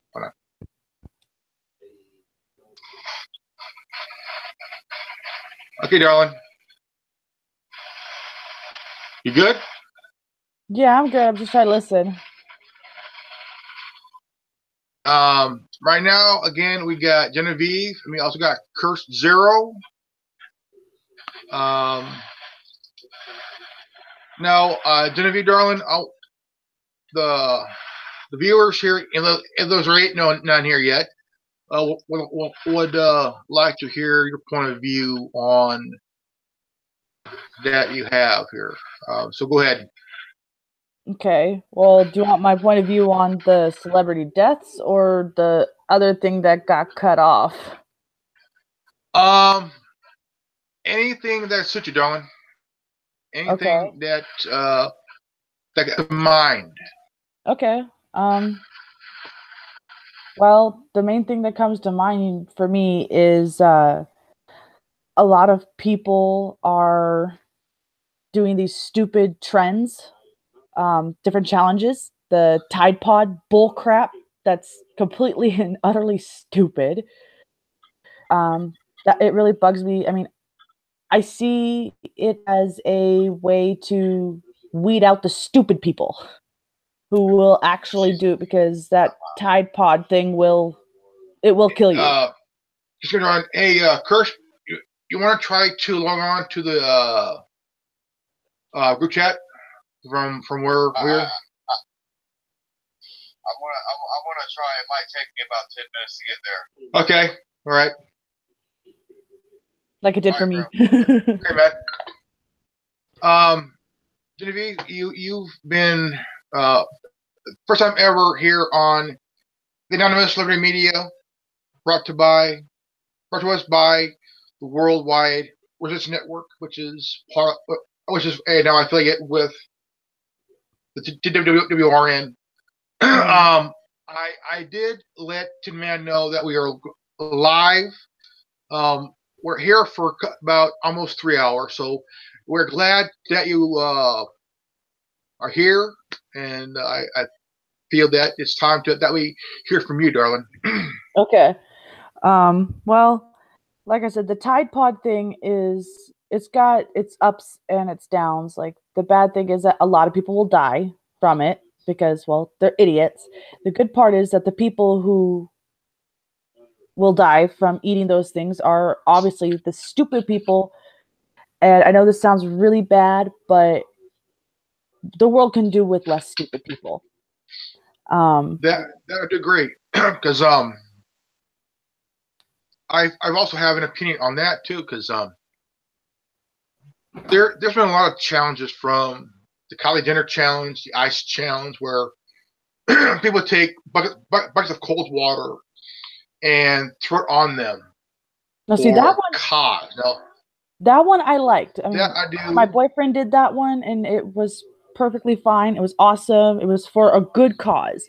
But the stupid things like the Kylie Jenner and the Tide Pod and the floor is lava bull crap, that is just out there.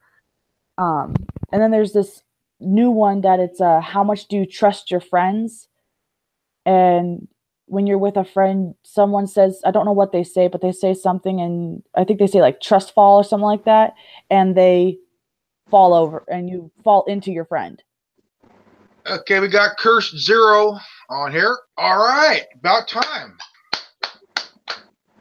Resistance Warrior. Yes. We're discussing, Genevieve is discussing the whole Tide Pod fiasco, which has been going on for a good, a week or so? It's been about a month that it's been going on. Yeah. And I haven't heard of anybody dying from it yet, which in a way is good and bad. So I could agree on the whole matter. We're talking about the Tide Pod Challenge, where they take a pot of laundry detergent that is compacted into like a little pod, eating it, smoking it, and maybe even. But so far, it's not. So people are being stupid and eating their brain cells, like the guy who was smoking the bath salts and ate his girlfriend's face. I think it was. His girlfriend's face. Yeah. Yeah. Are we back to this stupidity again? Yeah, they're doing that stupidity. Yeah. They also have another trend that's picking up after the Tide Pods, which is the dishwasher pods from called Finish. They got the little red ball in the middle, and then there's white powder on the top, and then blue on the bottom. That's for a dishwasher. That's fake meth. Is what they're doing to themselves. That's fake meth. That's poor man's meth. That's poor man's meth. Like Adderall is poor man's coke. That's poor man's meth right there. Yeah, well, people are being stupid and they're eating those things, and like I said, there's both ups and downs to it. The up part is that the stupid people will die. The down part is, well, there'll be dead people. So I've seen a lot of people try the whole entire Kylie Jenner shot glass shit. The whole shot glass bullshit, and it's they're maiming their face. They're trying to disfigure themselves. Now, it's really insane. I mean, I liked the ice challenge because nobody got maimed, nobody did things stupid. It was a cause. Even Donald Trump did it in his suit. Exactly. Yeah, he had to glue his toupee on. He had to glue his toupee on his head, but yeah. And again, that was the moment I realized that it was a hairpiece. Curse Zero here on ALM, and it's good guys to have you here. And Curse, I am glad you're back, man. I mean, being joined, then booted, joined, then booted. I tell you what, we are pissing off the government pit bulls tonight, and let's keep doing it. We're gonna have fun doing it, and but also the whole Tide Pod, this Tide, it's there's chemicals in that Tide Pod thing that could kill you. It could really make you sick. Yep. And I've seen videos of someone eating a pod, and it's absolutely insane. I try to stay away from those videos. I mean, if they pop up while I'm on YouTube or whatever, I kind of I'm like, yeah, no, and I push them away. Yep. I mean, if they want, did I go to the wrong side or something? Yeah. And then honestly, did I get on the wrong side of YouTube again? Exactly. Honestly, if people want a challenge, I have a challenge for men, and that is and this is a really funny challenge. It'll get a lot of laughs, and that is try wearing 6-inch stiletto heels for a whole day. And if you can do it, then you have successfully, done the challenge. There's one. I'd like to do a rebuttal immediately and say, if you send me a pair of 8-inch stilettos, I'll do it for you. No, not 8, 6-inch. No. I'm giving myself 2 extra inches, and I will do it if you send me the pair of boots. I wear 11s in men's. No. So send me 8-inch, 11 men's size, and I will wear them bitches for 2 days and walk around the city and have myself recorded and let you know that I can walk in heels, girl. No, not boots. Here, I'll show you what kind. I'll show you. Hold on. Who challenged her boyfriend to know what it's like being pregnant for a whole week. That was a challenge. No. I refuse that one. Something like these. Oh, that's easy, girl. Let's go walk where the death machines roam with those. Come on, girl. I'll give you my tennis shoes. You give me those. Let's go. They are size 11. Let's go. I'll give you my tennis shoes. I'll wear those. Let's go. Yeah, okay. Come on. Definitely. You're having a hard time giving them me. We'll make sure we'll get them there and we'll use them while we're going. Here, take my tennis shoes. Give me those. We'll walk. Me walk, girl. I can walk. We can do it. Trust me, I can walk. I couldn't do it. I can walk, girl. At least with a challenge like this, couldn't do it. You what? Why not? Well, I got left feet. Then get 2 left shoes. Well, that would be a tough one there, darling. I mean, I gotta go to every thrift store, every one of those. Boss lady gonna get you, Grandmaster. Just watch. I got these at a thrift store. I got them at the Goodwill. Goodwill? Wow. For $6. Okay. Yeah, I tell you what, they got some pretty good varieties over there. Oh yeah. At the like these shoes, these ones, they're Jessica Pastor shoes. And brand I got name? them for Yep, and I got them for $6. What's the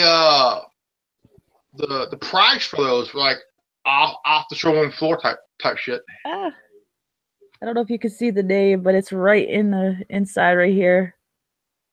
Are those about a $50 pair of boots or heels? They're probably about $160 pair because they're velvet and they got gold. Wow. With soft ruffles. Well, it's more of a bronze. This is a first ever roundtable without the Tin Man. I wish we had him here tonight, but he's working, and this would be a complete. But we're missing a dude. So. Mm-hmm. Oh, I have another thing that bugs me. The freaking iPhones. Why are they so expensive? They are crappy. That's a good question. That is a really good question. You know, I mean, it's a good question because nowadays the brand new one, iPhone X, has no earphone jack. It has no something. It's all to unlock it. You gotta look at it. Like I was at Walmart today. Okay, I went to Walmart today, and we were just looking for random things. Okay, and there was this little itty bitty iPhone that was about this tall. Now this is a Samsung Galaxy Express 3. Okay, the iPhone was this tall, at about that wide, and it was like $600. I was like, why am I going to pay $600 This for is a one little? here. I got a one here. Let's see. SE. This is my one here. That's what I use. I paid about $300. I paid about $300 for it. It's kind of like a payment thing. So, but why? They're so expensive for. Why is it so expensive for a piece of equipment or a piece of technology that's going to break or conk out on you in less than a year? Well, Apple is pulling an old trick that was used by the auto industry during the 20s and 30s. Now, what they're doing is, even though they're cut, Apple was slowing down the iPhones. So the user of the phone they had would go and buy a new one. Now, I've had mine for a good almost 2 years this August, end of August. And I've had maybe a little problem with it, but it has worked for me ever since. And I mean, no problem at all. It's just that not using the old technique of making you waste your money to buy a new phone. Not people driving brand new cars. But to save money, people are buying older cars from the early to mid 2000s, the 90s, even the 80s and shit, because they don't want to spend an arm and a leg for a car or a truck or a wagon or a van or SUV. Yeah. See, honestly, my dream car would be a 1950 Plymouth. Like Christine. That is my dream car. A 58 Plymouth. Yes. That would be a 58 Plymouth Fury. Yes, a 1958 Plymouth Fury. I want and in that red too. I want Christine. That is my dream car. I have not been able to find one. It's difficult to find between 93 and 97 Mustang as well, because I like that specific tail light compared to the 98s and the 92s. Yeah. I like those specific tail lights, and it's so difficult to find that specific Mustang. Oh yeah. My one car, if I ever could afford it, would be a 1973 Mazda RX-3. Nice. And it has the Winkle rotary engine. Very nice. Isn't that the RoboCop car? The what? Isn't that the RoboCop car the bad guys used? Wasn't that the car that they used in the movie that bad guys got? That would be the mid to late 80s Ford Taurus that was in RoboCop. No, not the cop car, the bad guy's car. I don't know.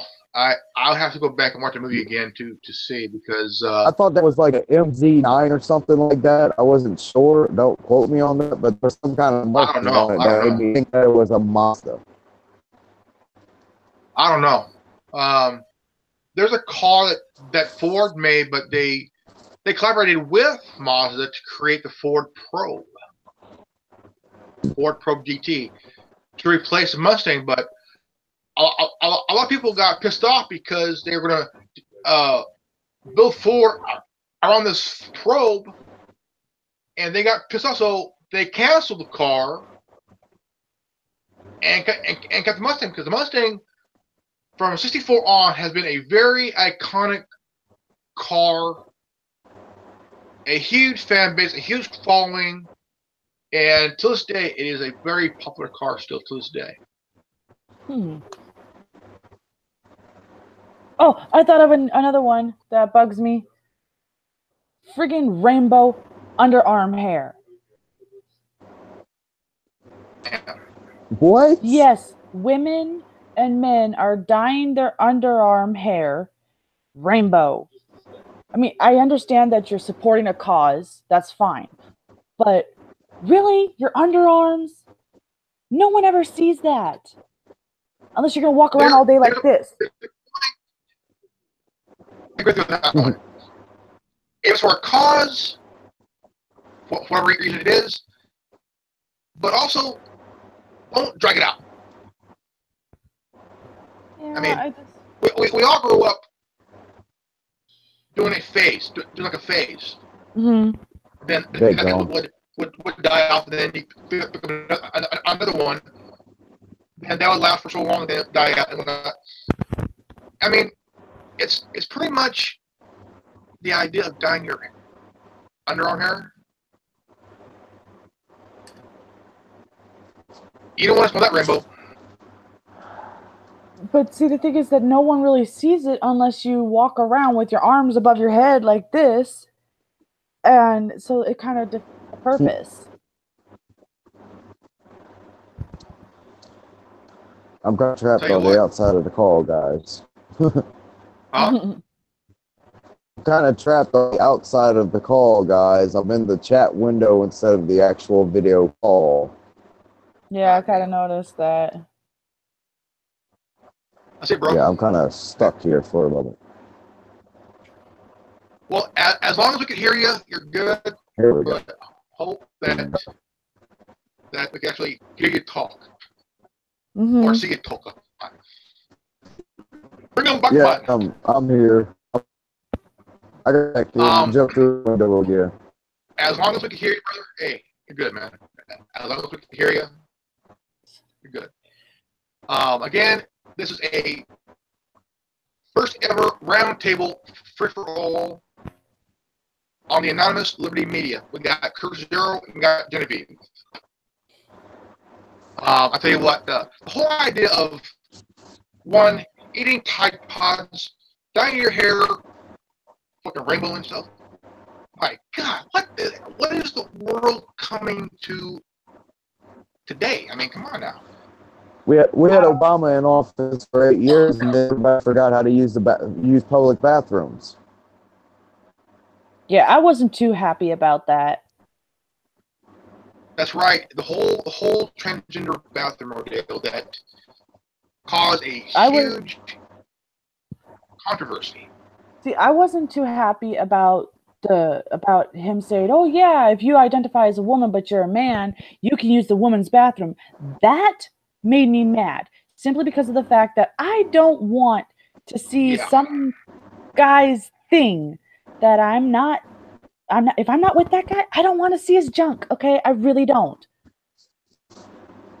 It also gives some straight guys who have some problems use this to their advantage to attack, sexually assault, or even rape young girls and even women. Exactly. And now, I think that these idiots need to be institutionalized. I agree. Have their head examined. I'm an uncle of a 12-year-old girl. I'm an uncle. She just took something off my desk. Sorry. I would be furious. You know? I mean, just the idea makes me sick. Yeah, I agree. It does. It's disgusting. It really is, because I'm pretty sure that there were some cases that women, they didn't speak out about, but there were probably some cases where straight guys who didn't identify as a woman, they just said, "Oh yeah, I identify as a woman," and they went into the women's bathroom and did some unspeakable things. You know, I wouldn't doubt if that happened. It's even more simple than that. All you have to do is be a guy who suddenly wants to put on a dress and be a pervert. That's all you had to do. It's simple as that. There's no walking in and saying, "Oh, I think I'm a woman," and then walk into the woman's bathroom. No, it's just the guy walked into a public place, wearing a dress, and walked into the woman's bathroom because it was a controversial issue, and technically nobody would tell him anything, because guess who would have been wrong? The person who walked up and told him, "Hey, you're not allowed to go in there." Exactly. At that point in time, the way that the world was like. Well, it's also it's a two-way street there. Women did the same thing. I'm sure they did. I'm sure there were women that did the same thing. That there were these straight women that are screwed up in the head. Going on in the 80s. Going on in the 80s. There's walking to a man's in the urinal. Mm-hmm. But I mean, yes, there is on both sides of this, there's fucked up people. Mm-hmm. Exactly. There's a lot of screwed up people, and it's not specific. It's not specific to gender. You know, there's just people that are screwed in the head because of things that happened. There's a very dangerous factor in all this that the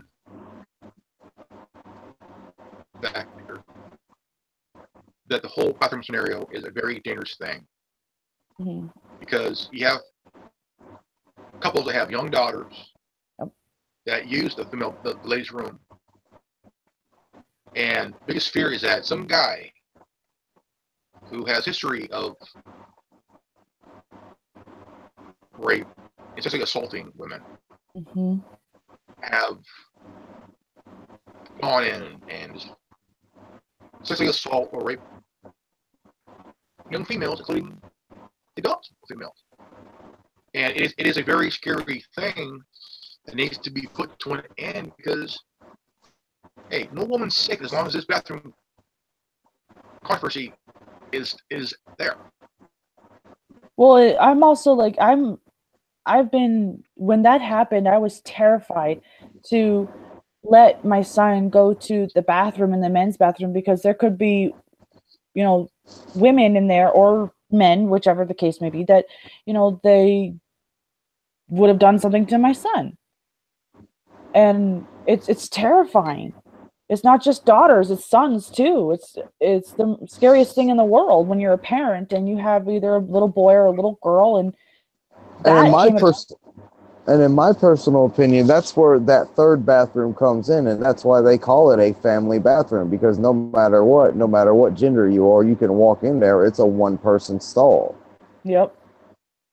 You want to sit there and be a man, dress in a dress, go to the appropriate bathroom. Mm-hmm. Which is not the female's bathroom, which is not the male bathroom. So you would be an idiot. You walk into the single stall bathroom and do your business and walk the hell out. Mm-hmm. Exactly. Even if you're flying, and you're going through the security area, you either go through a metal detector or they pat you down. And also the thing as a parent is that you're watching your child be touched like that, dude. Mm-hmm. That's insane what the TSA does. And it's a very scary thing as a parent, because you want to jump in and protect your child, but you also got to think too, there's people around that can stop you from. Mm-hmm. And it has more anger and rage because you're a parent trying to protect your child. Well, see, for me, I never had the problem with going through airport security where they pat down my son. I've never had that. They always had both my son and I go through together. Or my mom and my son, they went through together. They never had my son go through by himself, ever. And Bradley and I have been on a plane twice. Sorry. 3 times total. Since he's been in this world, he's been on a plane 3 different times, and he has never, not once, had to go through security or through the being pat down and all that other stuff by himself. I've always been right there with him. So, I mean, you're a good mom, darling. I'm sure that there's other. I'm pretty sure that there are parents that have had something like that happen to them, which is very unfortunate and wrong. No matter how old your child is, if they're under the age of 8, if they're under the age of 10, they should not be going through that by themselves. That I do agree with there, because from 10 on back on down, they should be with the parent. They should be with the parent, mother or father, as they go through. Now, Exactly. 11 up, I think more about 12 to 15. Yeah. And whatnot. Because teenagers, they do have a way of hiding things, and they kind of need to be patted down. So, as of right now, we're betting on when the Queen's going to die. Well, I got $1. Chris got a quarter. We're trying to figure out when is she going to croak. Just recently, Meghan Markle, who also stars in the show Suits, is engaged to Prince Harry. The Queen is furious with her over her Hollywood act of not being royally. Of course, that she'll be the second or third actress to marry into the royal family. Now, whole thing I think is kind of weird, but if you love somebody, you love them no matter what status they are. Holy crap! But his brother is pissed off at him, which, I mean, come on, brothers fight all the time. Who gives a shit? So. But Meghan Markle, who's also an actress, who's engaged to Harry, stars on the show Suits, which is on the USA Network. And Curse, we did check that there's no relation between her or Angela Merkel, even though the name is both the same. Now the whole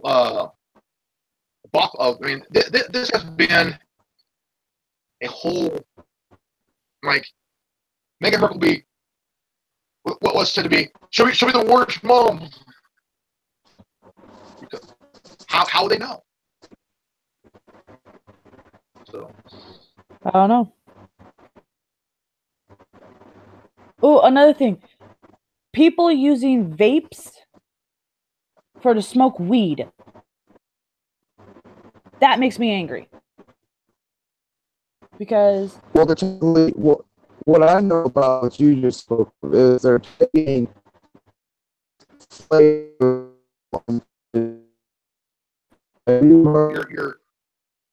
It's the whole smoking. I mean, vaping. I mean, I don't see what's wrong with it. Really, it's just that you're vaping flavored.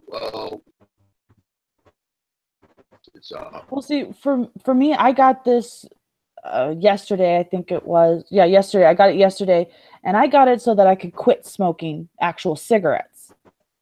And the biggest thing is that there's a lot of people. He's not a friend anymore, but he used to get the THC liquid, and he would put it in his vape, and he was supposed to get a specific little thing like this for that from the weed store. And I mean, if you're going to get the one specifically for it, fine. But I mean, if you're going to get a regular vape that is meant for you to help you quit smoking, then why in the world are you going to ruin it by putting THC liquid in it? Well, I guess, I mean, it's a lot easier to smoke it that way, but also get a bong or a little pipe. Yeah, exactly. I mean, I have nothing against people smoking weed. Yeah. See, I have nothing against people smoking weed. It's perfectly fine. Go for it. I mean, if it helps you go to sleep or if it helps you eat, whatever, go for it. But when smokers who are trying to quit without, like slowly, like honestly. Well, if the person uses it for that, I don't really see the problem with it, really. Yeah. Because the idea of smoking THC vapor water. Mhm. I don't think it's a bad thing. I think that it's a real, almost a substitute Yeah. for smoking, because you can't die from THC as you can with cigarettes. I quit about 4.5 years ago, almost 4.5 years ago, and it has helped me. I mean, the first couple months I've had jitters of wanting a cigarette. Mm. But it has really helped me. I quit cold turkey, which was really hard Yeah. because I'll go out in the backyard and smoke. Hmm. Now I just stay in my room, knowing that I don't want to have that craving anymore. So I'm kind of snacking, Yeah. kind of keep from having that crave. But so far, my craving is I want a good carrot or a broccoli or something like that, or how to sell it, and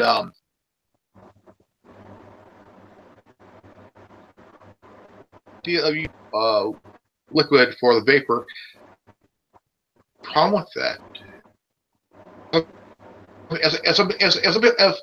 if some people do have a problem with it, that's okay. Hmm. It's okay.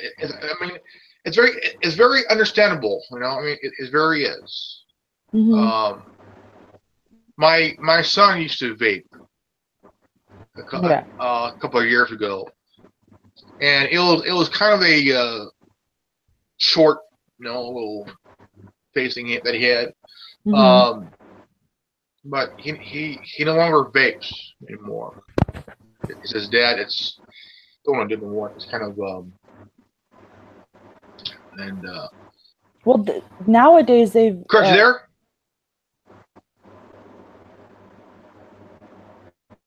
No, Chris, are there, brother? I'm here if you can hear me. All right, man. All right. Hello. No, Hello, see, testing 1, 2, 3. I hear you. Now, Okay. recently there's been a lot of competitions for vape smoke tricks, and that's another thing that, like, someone took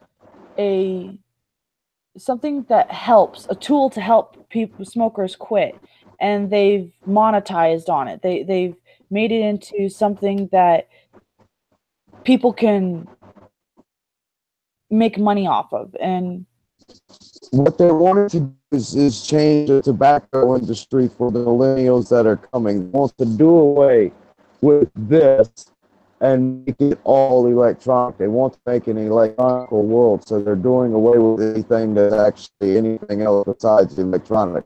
So they're fabricating towards millennials so that the millennials will start smoking and they can continue the tobacco industry through the millennials. yeah. Well, Because we all got started off with Joe Camel in the 80s. Everybody knew you had to ash your cigarette and put it out. Nowadays, you hit a big old breath and blow it out, and a giant smoke appears. well, I remember as a kid, they sold candy cigarettes when I was a kid. still do. They still sell them. They do? Yeah, they still sell them. The ice cream man, when he comes around in California, out there, what you can do is you can stop the ice cream man and you can buy them. They're like 50 cents a box. I remember they were about 59 cents at some until they quit selling them Hmm. everywhere. They have there's one specific ice cream man that I used to get candy cigarettes for my son. He had chocolate, bubblegum, and solid candy. And with the bubblegum ones, what you could do is you blow through them, and there's powder that comes out the end. The chocolate ones, they're just chocolate. You peel the paper and eat it. And the candy ones you can actually light the end of them, and it turns like brown, but it doesn't stay lit.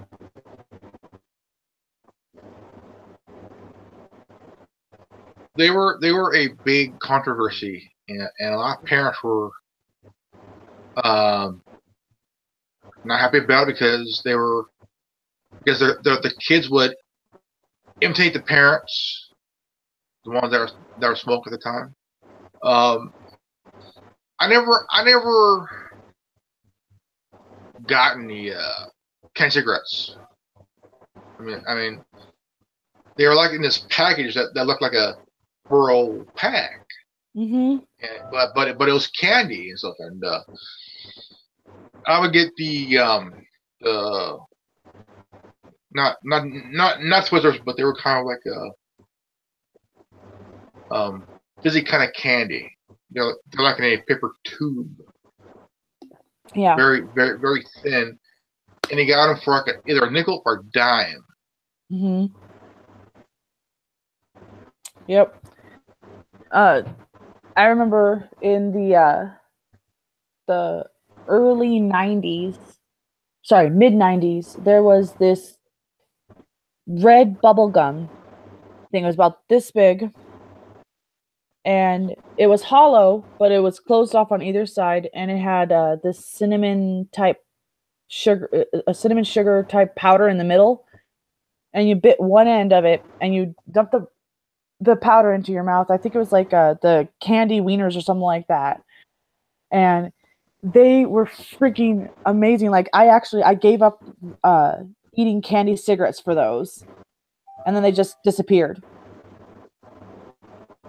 I remember I was 12 years old back in 88. Mm-hmm. I was 12 years old. The Big League Chew. It was $1.25 in the late 80s. I would buy about 6 to 7 packs of Big League Chew, and this was when they also had the chewing tobacco, and in the same type of pack, mm-hmm. but it was like either a Skoal or a brand of tobacco. Mm-hmm. It was one where you chew it, not smoke it, but there was a program that had William Shatner as a host, and he interviewed a guy that worked for a cigarette company, mm-hmm. and they were making cigarettes with these chemical, but they testified to the Senate and Congress saying that tobacco is not addicting. Yeah, it is. Which it is. Each one said tobacco is not addicting. One by one. And when this guy blew the whistle, his life's threatened because he told the truth. Mm-hmm. When he said tobacco is very addicting. It very is. Addicting. I can vouch for that. I started smoking at 15, and here I am, 28, trying to quit. I'm 42, and I am cigarette free. And I gotta say, I cold turkey, don't need it. I'll drink a beer here and there, but I'm not a big drinker. I'm more of a teetotaler, so. Yeah. Tobacco is very addicting. Very addicting.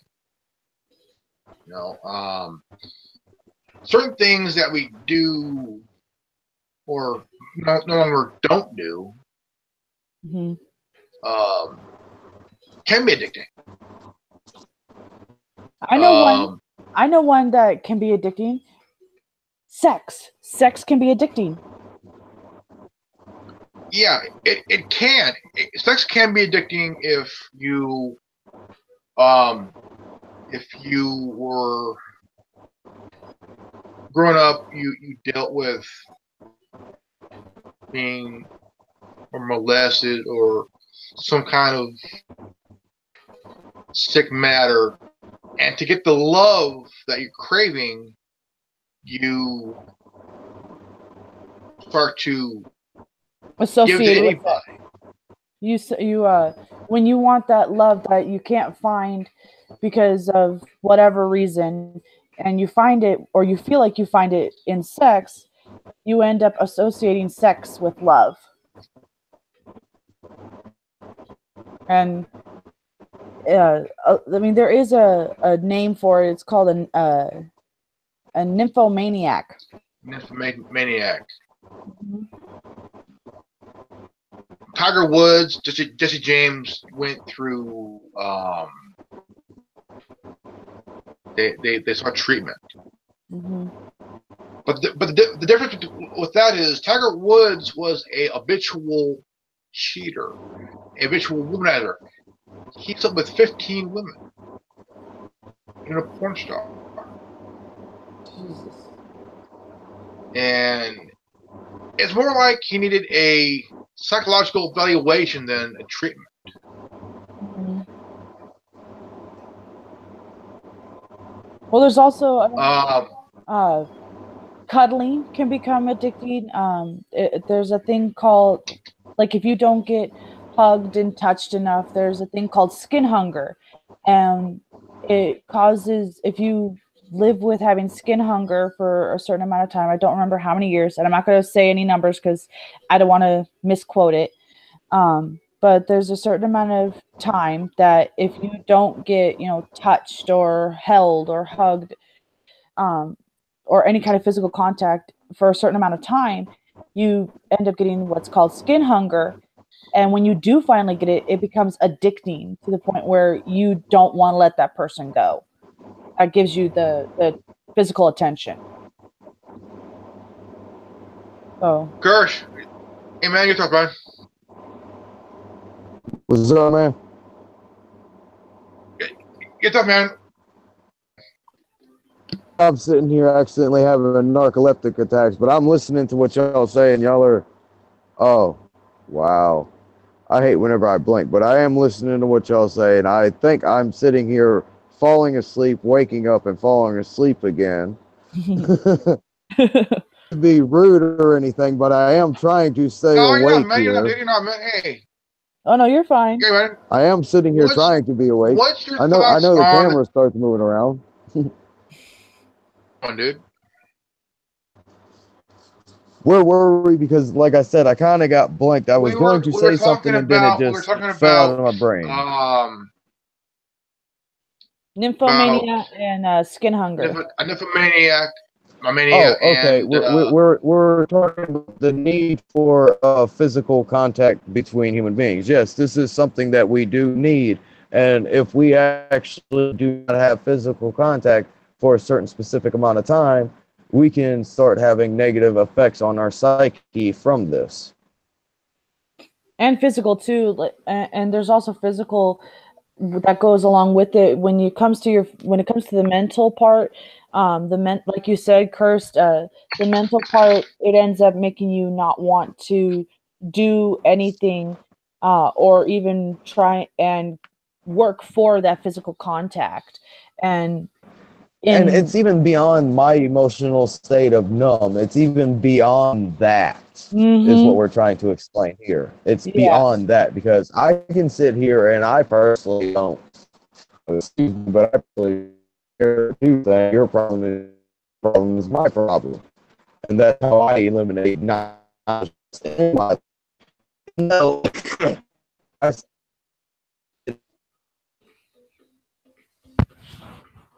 To be going to hurt you because it's not meant to harm anybody. But the whole thing is that it's not that it's beyond being numb. It's more or less you become you more or less become huge. Before we got visited by the 8 ghosts, you more or less are a very bitter person. Mm-hmm. But even much it accidentally brushes against you with a piece of their clothing, they didn't mean to touch you, they just accidentally walk by you, or air at you the wrong way, it can set you off because of the influence of emotional grasping or hug or anything because of the influence on your psyche. Yep. It can pretty much be the trigger that just sets you off. Yep. Big time, man. I'll tell you what. Mm-hmm. The first time that, I mean, for me, 8 years, I'll tell you what, dealing with not any love or any contact, it could drive a person insane. But for me, to keep from going insane, I can admit this, I have masturbated, which kept me from going insane. But for some people, if you go back to the time that you was 9, if you say that you have not, you're lying anyway. Mm-hmm. There's people that, yes, I say, yeah, they'll probably do it once every twice a year, maybe, because there are relationships where they only have sex on one of the partner's birthday. Mm-hmm. Yeah.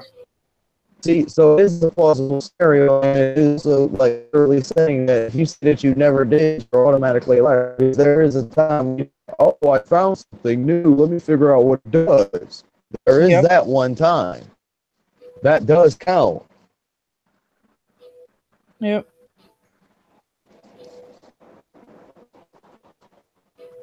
It's kind of a human nature to want to feel loved, want to be loved, want to know that you matter.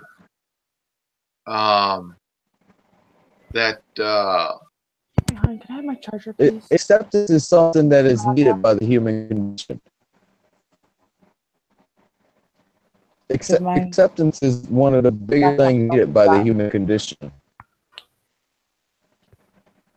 Without acceptance, none of us can actually thrive. Mm-hmm.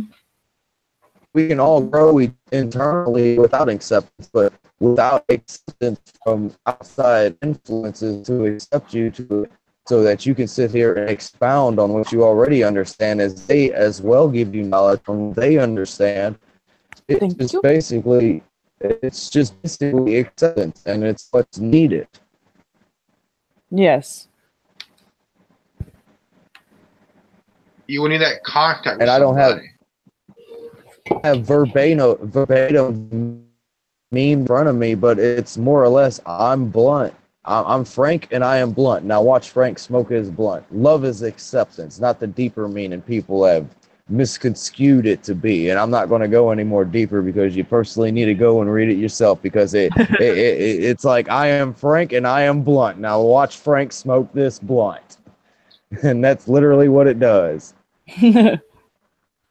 Also, don't mean to change the subject for a moment here. You're sure. I've been trying to get in contact with John Connor. I'm trying to, like, I left him a message here a while back. Haven't got back to him yet. Still waiting. Hope that he's doing okay and whatnot. So I'm kind of. I kind of stopped trying. I stopped trying because I have a feeling that he's still watching everything. He's still seeing everything that we're saying and everything. And I know that he will show up when he needs to. No matter how much I beg and plead for him to come back. He's a very interesting guy. Him and I talked twice one-on-one, had a civil conversation for a while, and very interesting guy. Yep. Very, very glad to meet him. Very, very glad to get, of getting knowing him.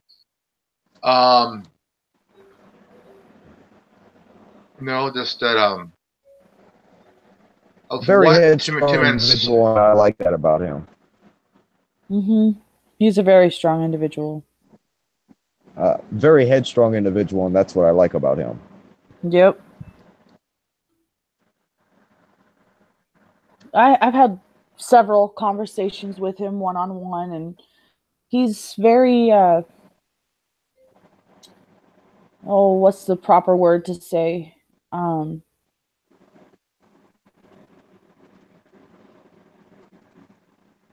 When I was talking to him, he was very organized, very, very organized, and he knew where he knew where he needed to go, and he knew what he needed to do it, or to get there. And he elaborated grandly and expound grandly on the topic that he was sitting there presenting to you. Yeah, he also promised to teach me French, and then he disappeared. I'm a little upset about that. I wanted to learn French. Well, if he is watching, I think John Connor actually came back and reviewed my comments on the Queen and kind of got upset about that. if he is watching, he will be back, but on his own terms. Yeah. So I'm feeling that he's doing things on his own terms, and pretty much that, like Timmons was stating that, you know, he might be in jail, or is he in jail, or is he in trouble? I hope he's not in trouble. Because he admitted that he broke the law here in the United States and Canada, talking about when he mentioned. Yeah. I seriously hope that he didn't go to jail because of the things that he told me. I seriously hope he didn't, because I would feel so bad if he went to jail because he told me those things. I really would. I'd feel like crap. I have a feeling he will return on his own terms. That's where I'm feeling. He'll go, come back, but on his own terms. He was the founder of GWWRN. He was a founder. I know. And he will be like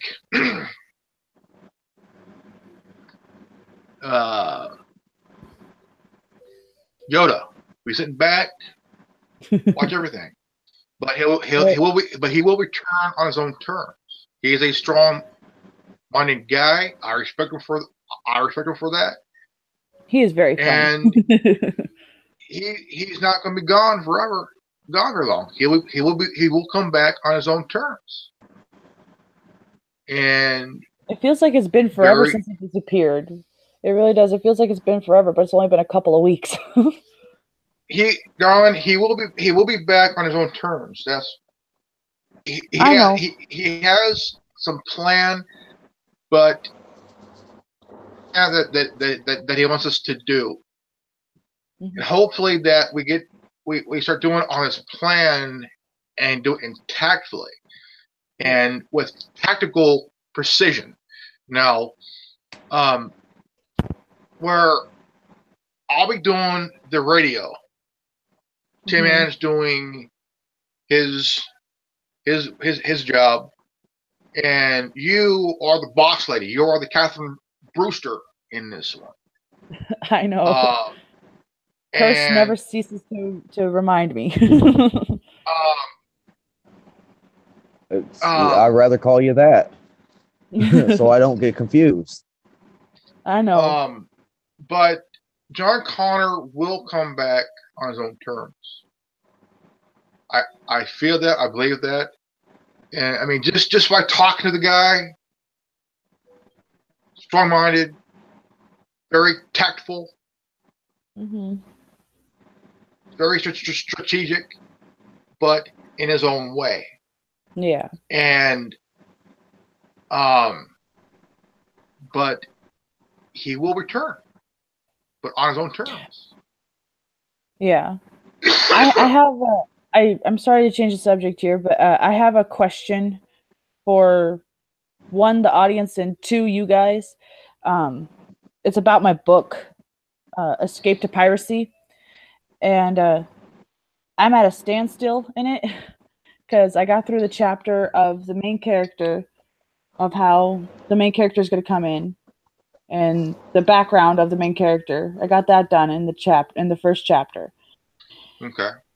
Now, the supporting character, which is a merchant's daughter, I don't necessarily know how to bring her into this, since the main character is a female and is a lesbian, dressed as a male pirate, and I've already, there is in part lore, but also it's true. Now, Anne Bonny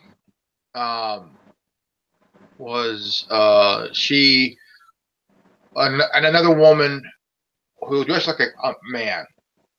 She's part of this ship that was run by Calico Jack. Now, Calico Jack was having a fling with Anne Bonny. Gorgeous redhead. Mm-hmm. Also, she had a friendship with this man, which turned out to be a woman. Women during the part times they would dress like a man to be part of a crew. That freedom, because in that society, during that time, they had to be proper. They had to be dressed elegantly, proper. But there's a few that wanted to be a pirate crew. But to do that, they had to dress like a man. They had to my main character, press down the breasts, wrap it around, and just like a man. Well, my main character, the plot, well, not the plot, but the main reason why she dressed as a man and became a pirate was because she killed her father, who was, the way I described him was, he was a pillar of the community of her town. And she killed him because he was very abusive and he was an alcoholic. And she killed him, and she left before her mom came back from work. Her mom worked as a housemaid, and she left after she killed her father, and she falls in love with the merchant's daughter named Angelina. And I've already, taken care of the main character. I haven't thought of her name just yet, and I haven't specified that she's a girl.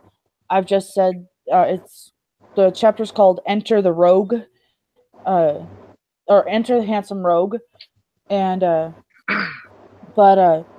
implying that it is a male, but it's technically a female. Yeah, it's a female that's dressed as a male, but everyone sees her as male.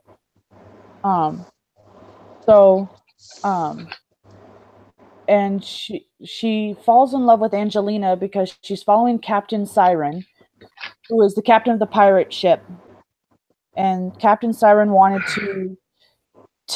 to steal all of the manifests from Angelina's father's ship.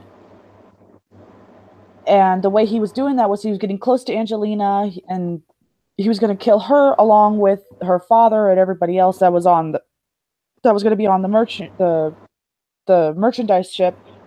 And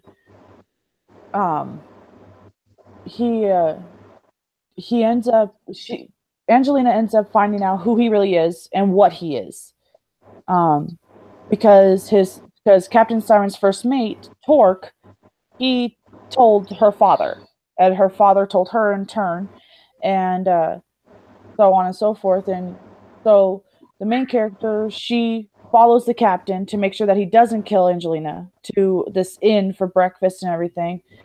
And she's sitting there. She has flashbacks and all this other things about how she killed her father, and she's just sitting there waiting, and she has to rush back to the ship after Angelina says that she knows who Captain Siren is and what he is. And then from there, she rushes back to the ship and she goes, Torque, you didn't tell them, did you?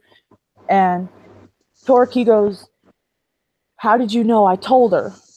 And Captain Siren is coming, he ends up showing up on the ship, and in that first chapter, Captain Siren finds out that the main character is female.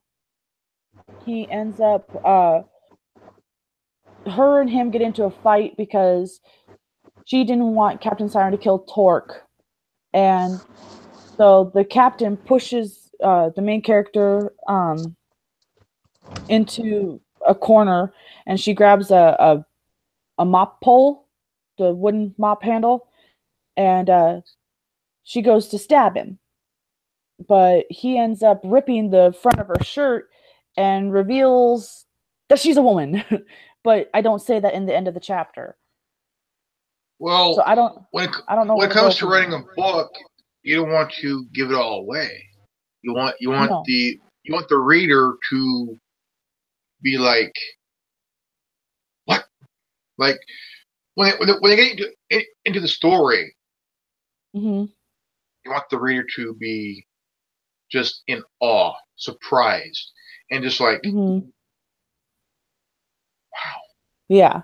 See, I did that with my first book, Seduction of a Lonely Girl, because in the end, the main character, she ends up getting ripped in half. And you don't see that coming. But, fantastic. Yeah, she gets ripped in half. Like, a werewolf literally takes her by her arms and rips her in half.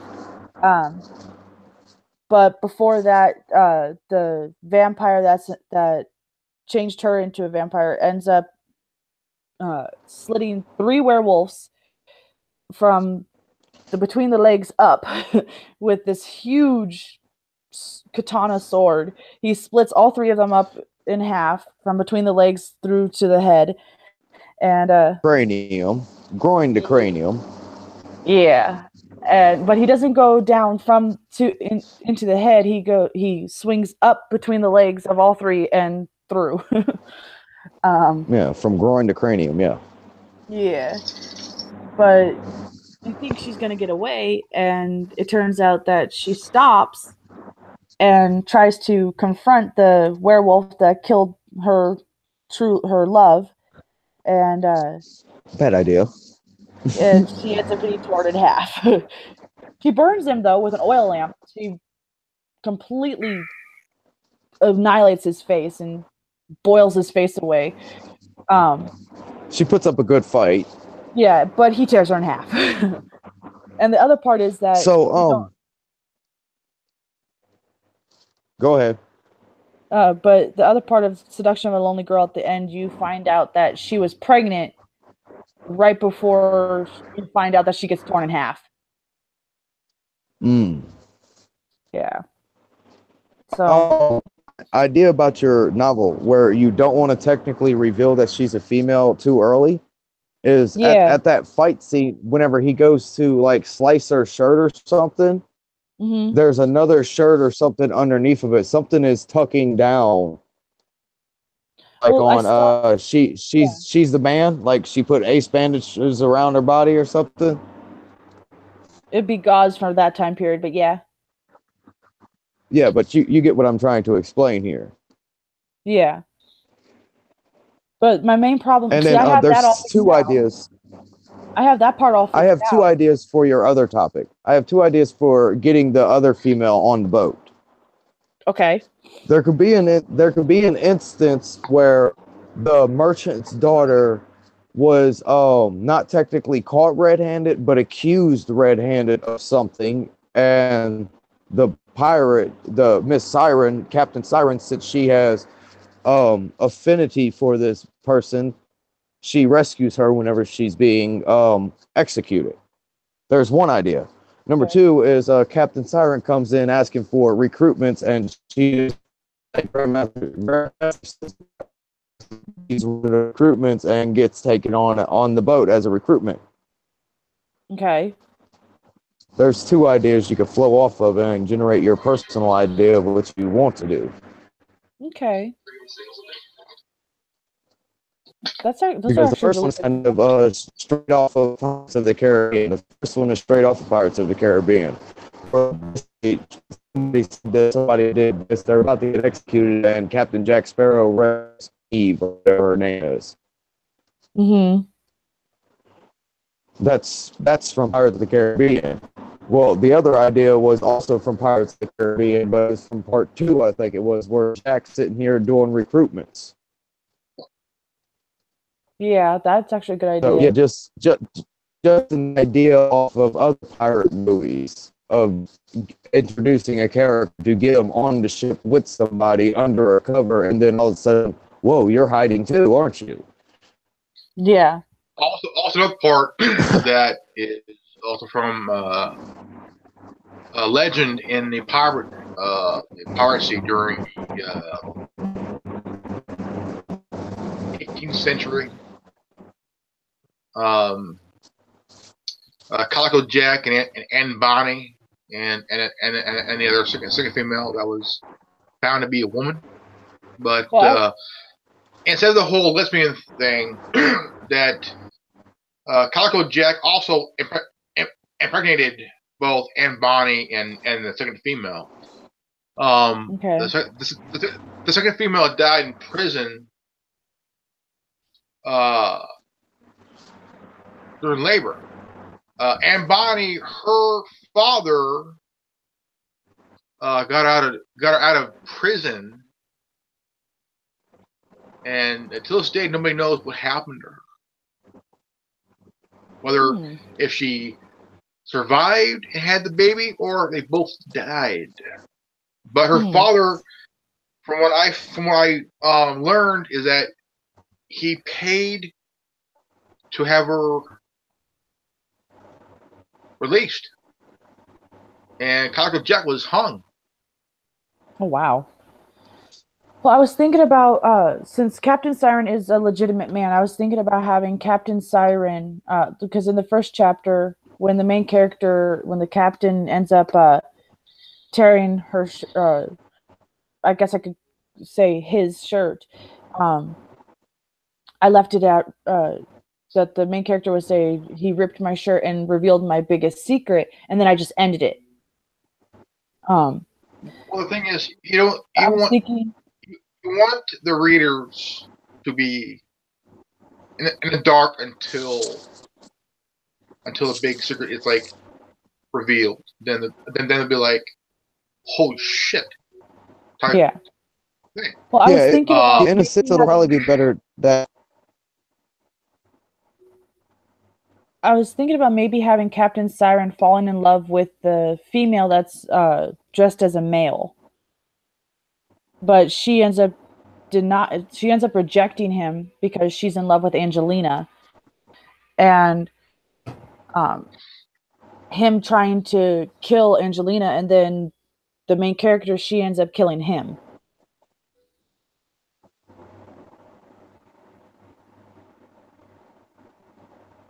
Well, okay, I thought the main character was the captain of a ship. No. The main character is the cabin boy for the ship. Okay.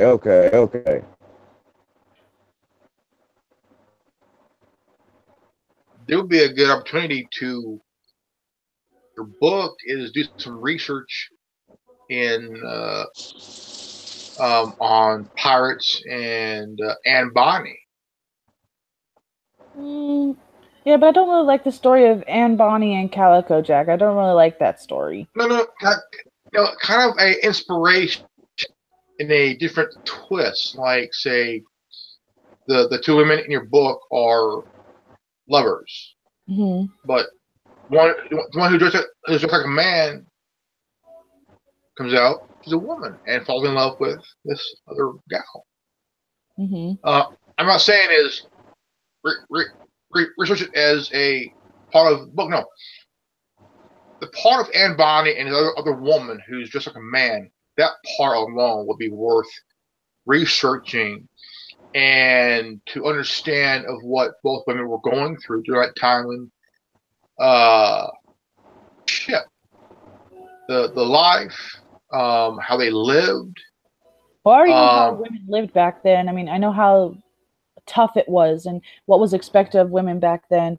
I know what was expected. I know what they would needed to do, how they dressed, and how tough it was, and how they were expected to stay at home and give birth to children, and just basically do nothing for their entire life. And I already know all that. I already know that, yeah, there were lots, and I do mean lots, of women that turned to piracy because they didn't want to be just a baby factory. They wanted that liberation. Mm-hmm. they were the godmothers of the women's movement until Jill Stein, centuries later, who started the feminist movement in the 60s. Yep. So pretty much, the women at the time they were big founders of the women's movement because they didn't want to be a baby factory. They wanted to live a life that where they could live free, have a free thinking mind, free that the free spirit of themselves. And so these women were tough, and they had to be tough to survive. Mm-hmm. Now, when it comes to your story of these two women, part of that can take some inspiration from Anne Bonny and this other female that's like a man. But in your book's case, it's instead of just friends, they're lovers. I think that is a good part to go for. I mean, you gotta think, okay, one is the daughter of a merchant. The other one is a pirate just as a guy, but really as a woman. But she's not in love with the captain. She's in love with this other female who she's attracted to. And that is a huge grand slam out of the ballpark type plot and story. I think run with it, because you would give the reader not hints, but more of a hair-raising question. Where is this leading? Where is this going to? Where will it end with these two women? One who's a daughter of a merchant, one who's a pirate just like a man. I think that would be a pretty good plot there, part of the book. I think go forward, run with it. Hey. Well, I still need to figure out how to tell Angelina's story, because I know how I've read about women becoming pirates and stuff like that and how tough they had to be. I just never read about merchants' daughters. I never paid attention to those. Check out the story of well, I'm trying to think here. Because I use music as my inspiration for my books. Like I know I can get a lot of information from the song Jolly Sailor Bold. I know I can get a lot of information from that. Try to take an inspiration from Lizzie Borden. Her dad was a prick and stuff, and but on her part, did she really kill her dad and her stepmom? Who knows? But in that part, take it part of that of an inspiration where she killed her dad. But there's a reason why the daughter of the merchant killed her father compared to the way that Lizzie Borden supposedly killed her father. Well, the merchant's daughter, Angelina, didn't kill her dad. It was the pirate that killed her dad. Okay. And the reason why she killed her father was because her father was always trying to get her to be tougher, was always trying to get her to be more manly.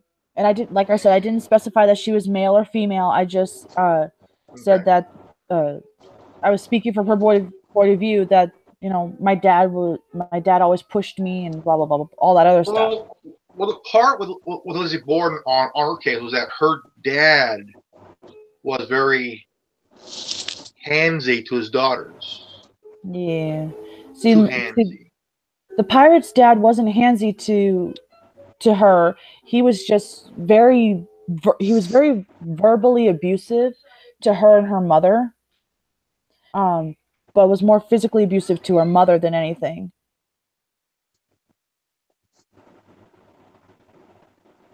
And she couldn't do anything or file any reports with the police or anything like that because, well, he was. I think I'm going to make him a judge.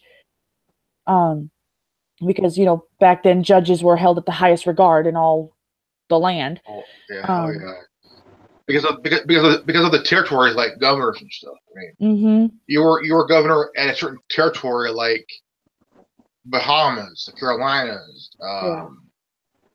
the Spanish. Well, courts. I made up an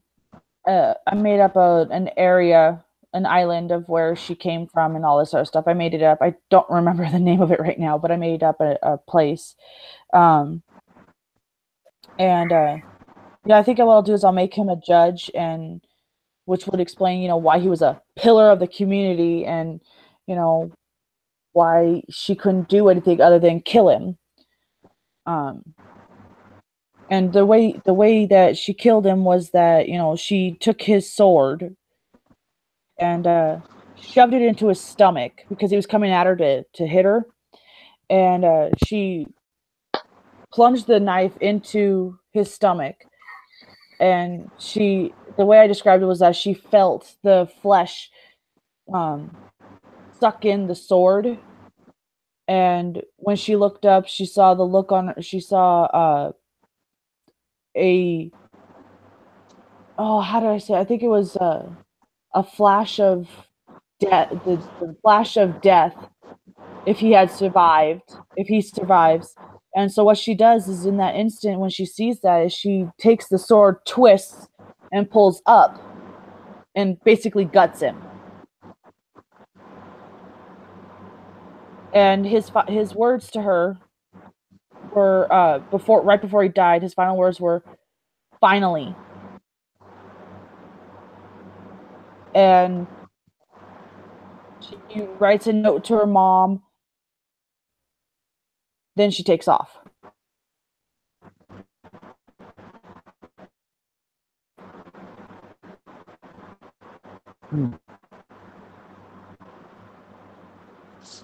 Yeah, run with it. I mean, if it works. Well, that sounds like an interesting way to start.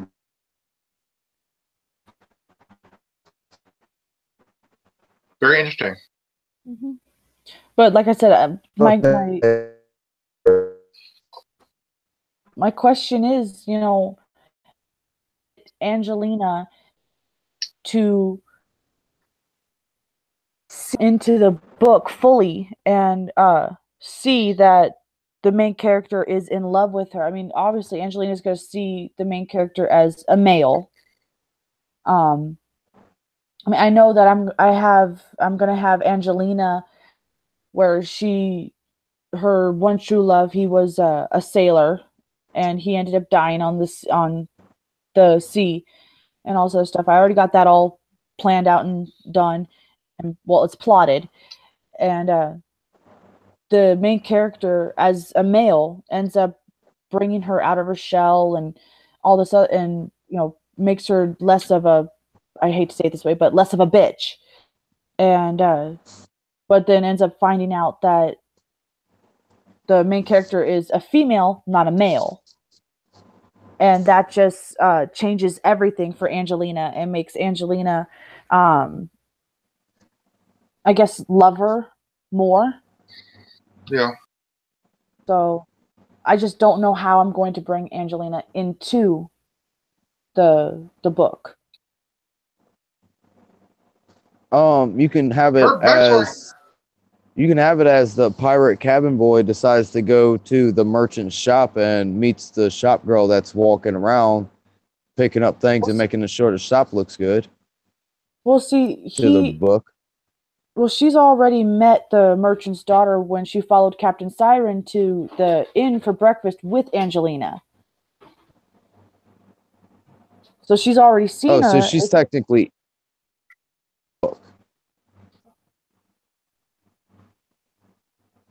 Are you trying to figure out how to introduce her? Yeah, Are you trying to figure out how to introduce her or how to correlate them two together so that they would stick? Correlate the two of them together so that it'll stick. Well, that would be the two. Her backstory could be very interesting. Like, say, she came from, like I can't say monarchy, but more of a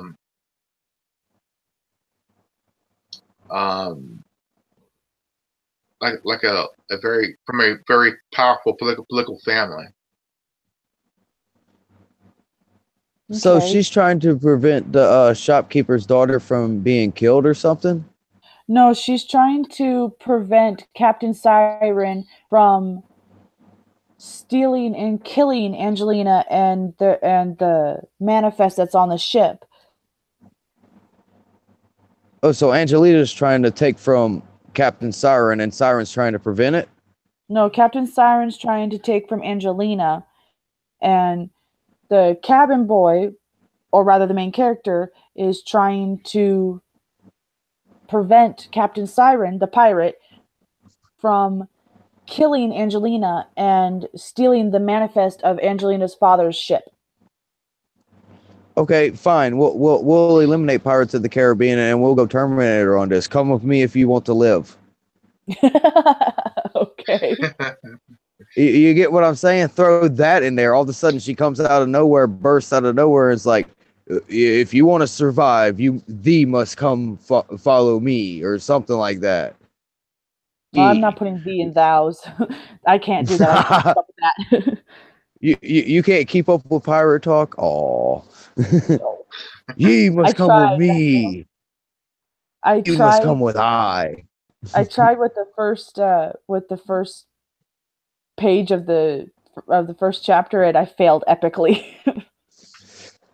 Yeah, you kind of need somebody who is linguistically capable of doing that. Well, it wasn't. Ye must come with I.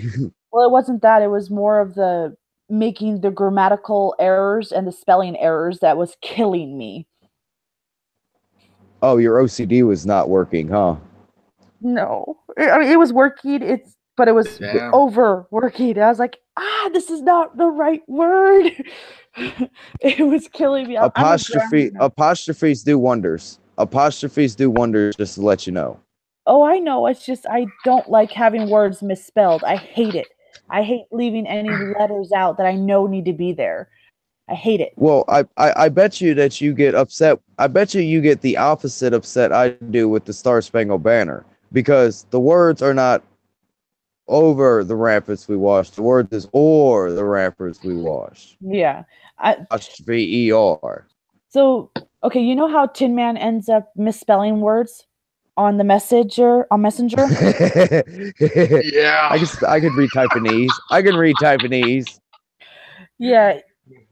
He's actually, when him and I were talking before I got into the group and everything, I was a grammar Nazi. I corrected every little thing, and it drove him nuts. 100 seconds are in a minute. 100 minutes are in a second. I'll stop right here. That's That's another reason why I did my OCD. Is another reason why that bugged me so much. It's like,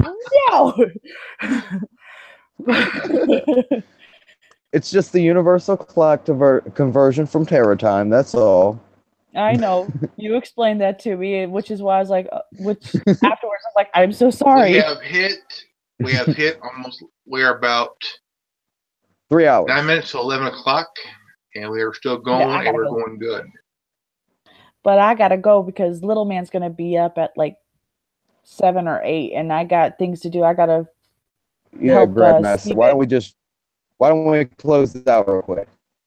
And we can pick this up. All right. We can pick it up next week for part 2 of this for the roundtable next week with Tin Man. We'll have Tin Man in. We will have Tin Man, and we have a quartet. All right, ladies and gentlemen, we got Genevieve who's about to leave, and we got Kirsch Zero. You guys, I am honored to have you guys here on the Anonymous Liberty Media. Hi. We'll pick up next week for part 2 of the Roundtable Free for All. Yes. Good old Grandmaster Robin signing off. Trips. And I'm going to do this time here. This is Grandmaster Robin, other Resistance. If you're watching this, you are the Resistance. And if you're new to this channel, please leave a like, subscribe, comment below, to hit the bell for notification. Genevieve, Kirsch, Zero, it is honored you guys have it here. Let's pick it up next week.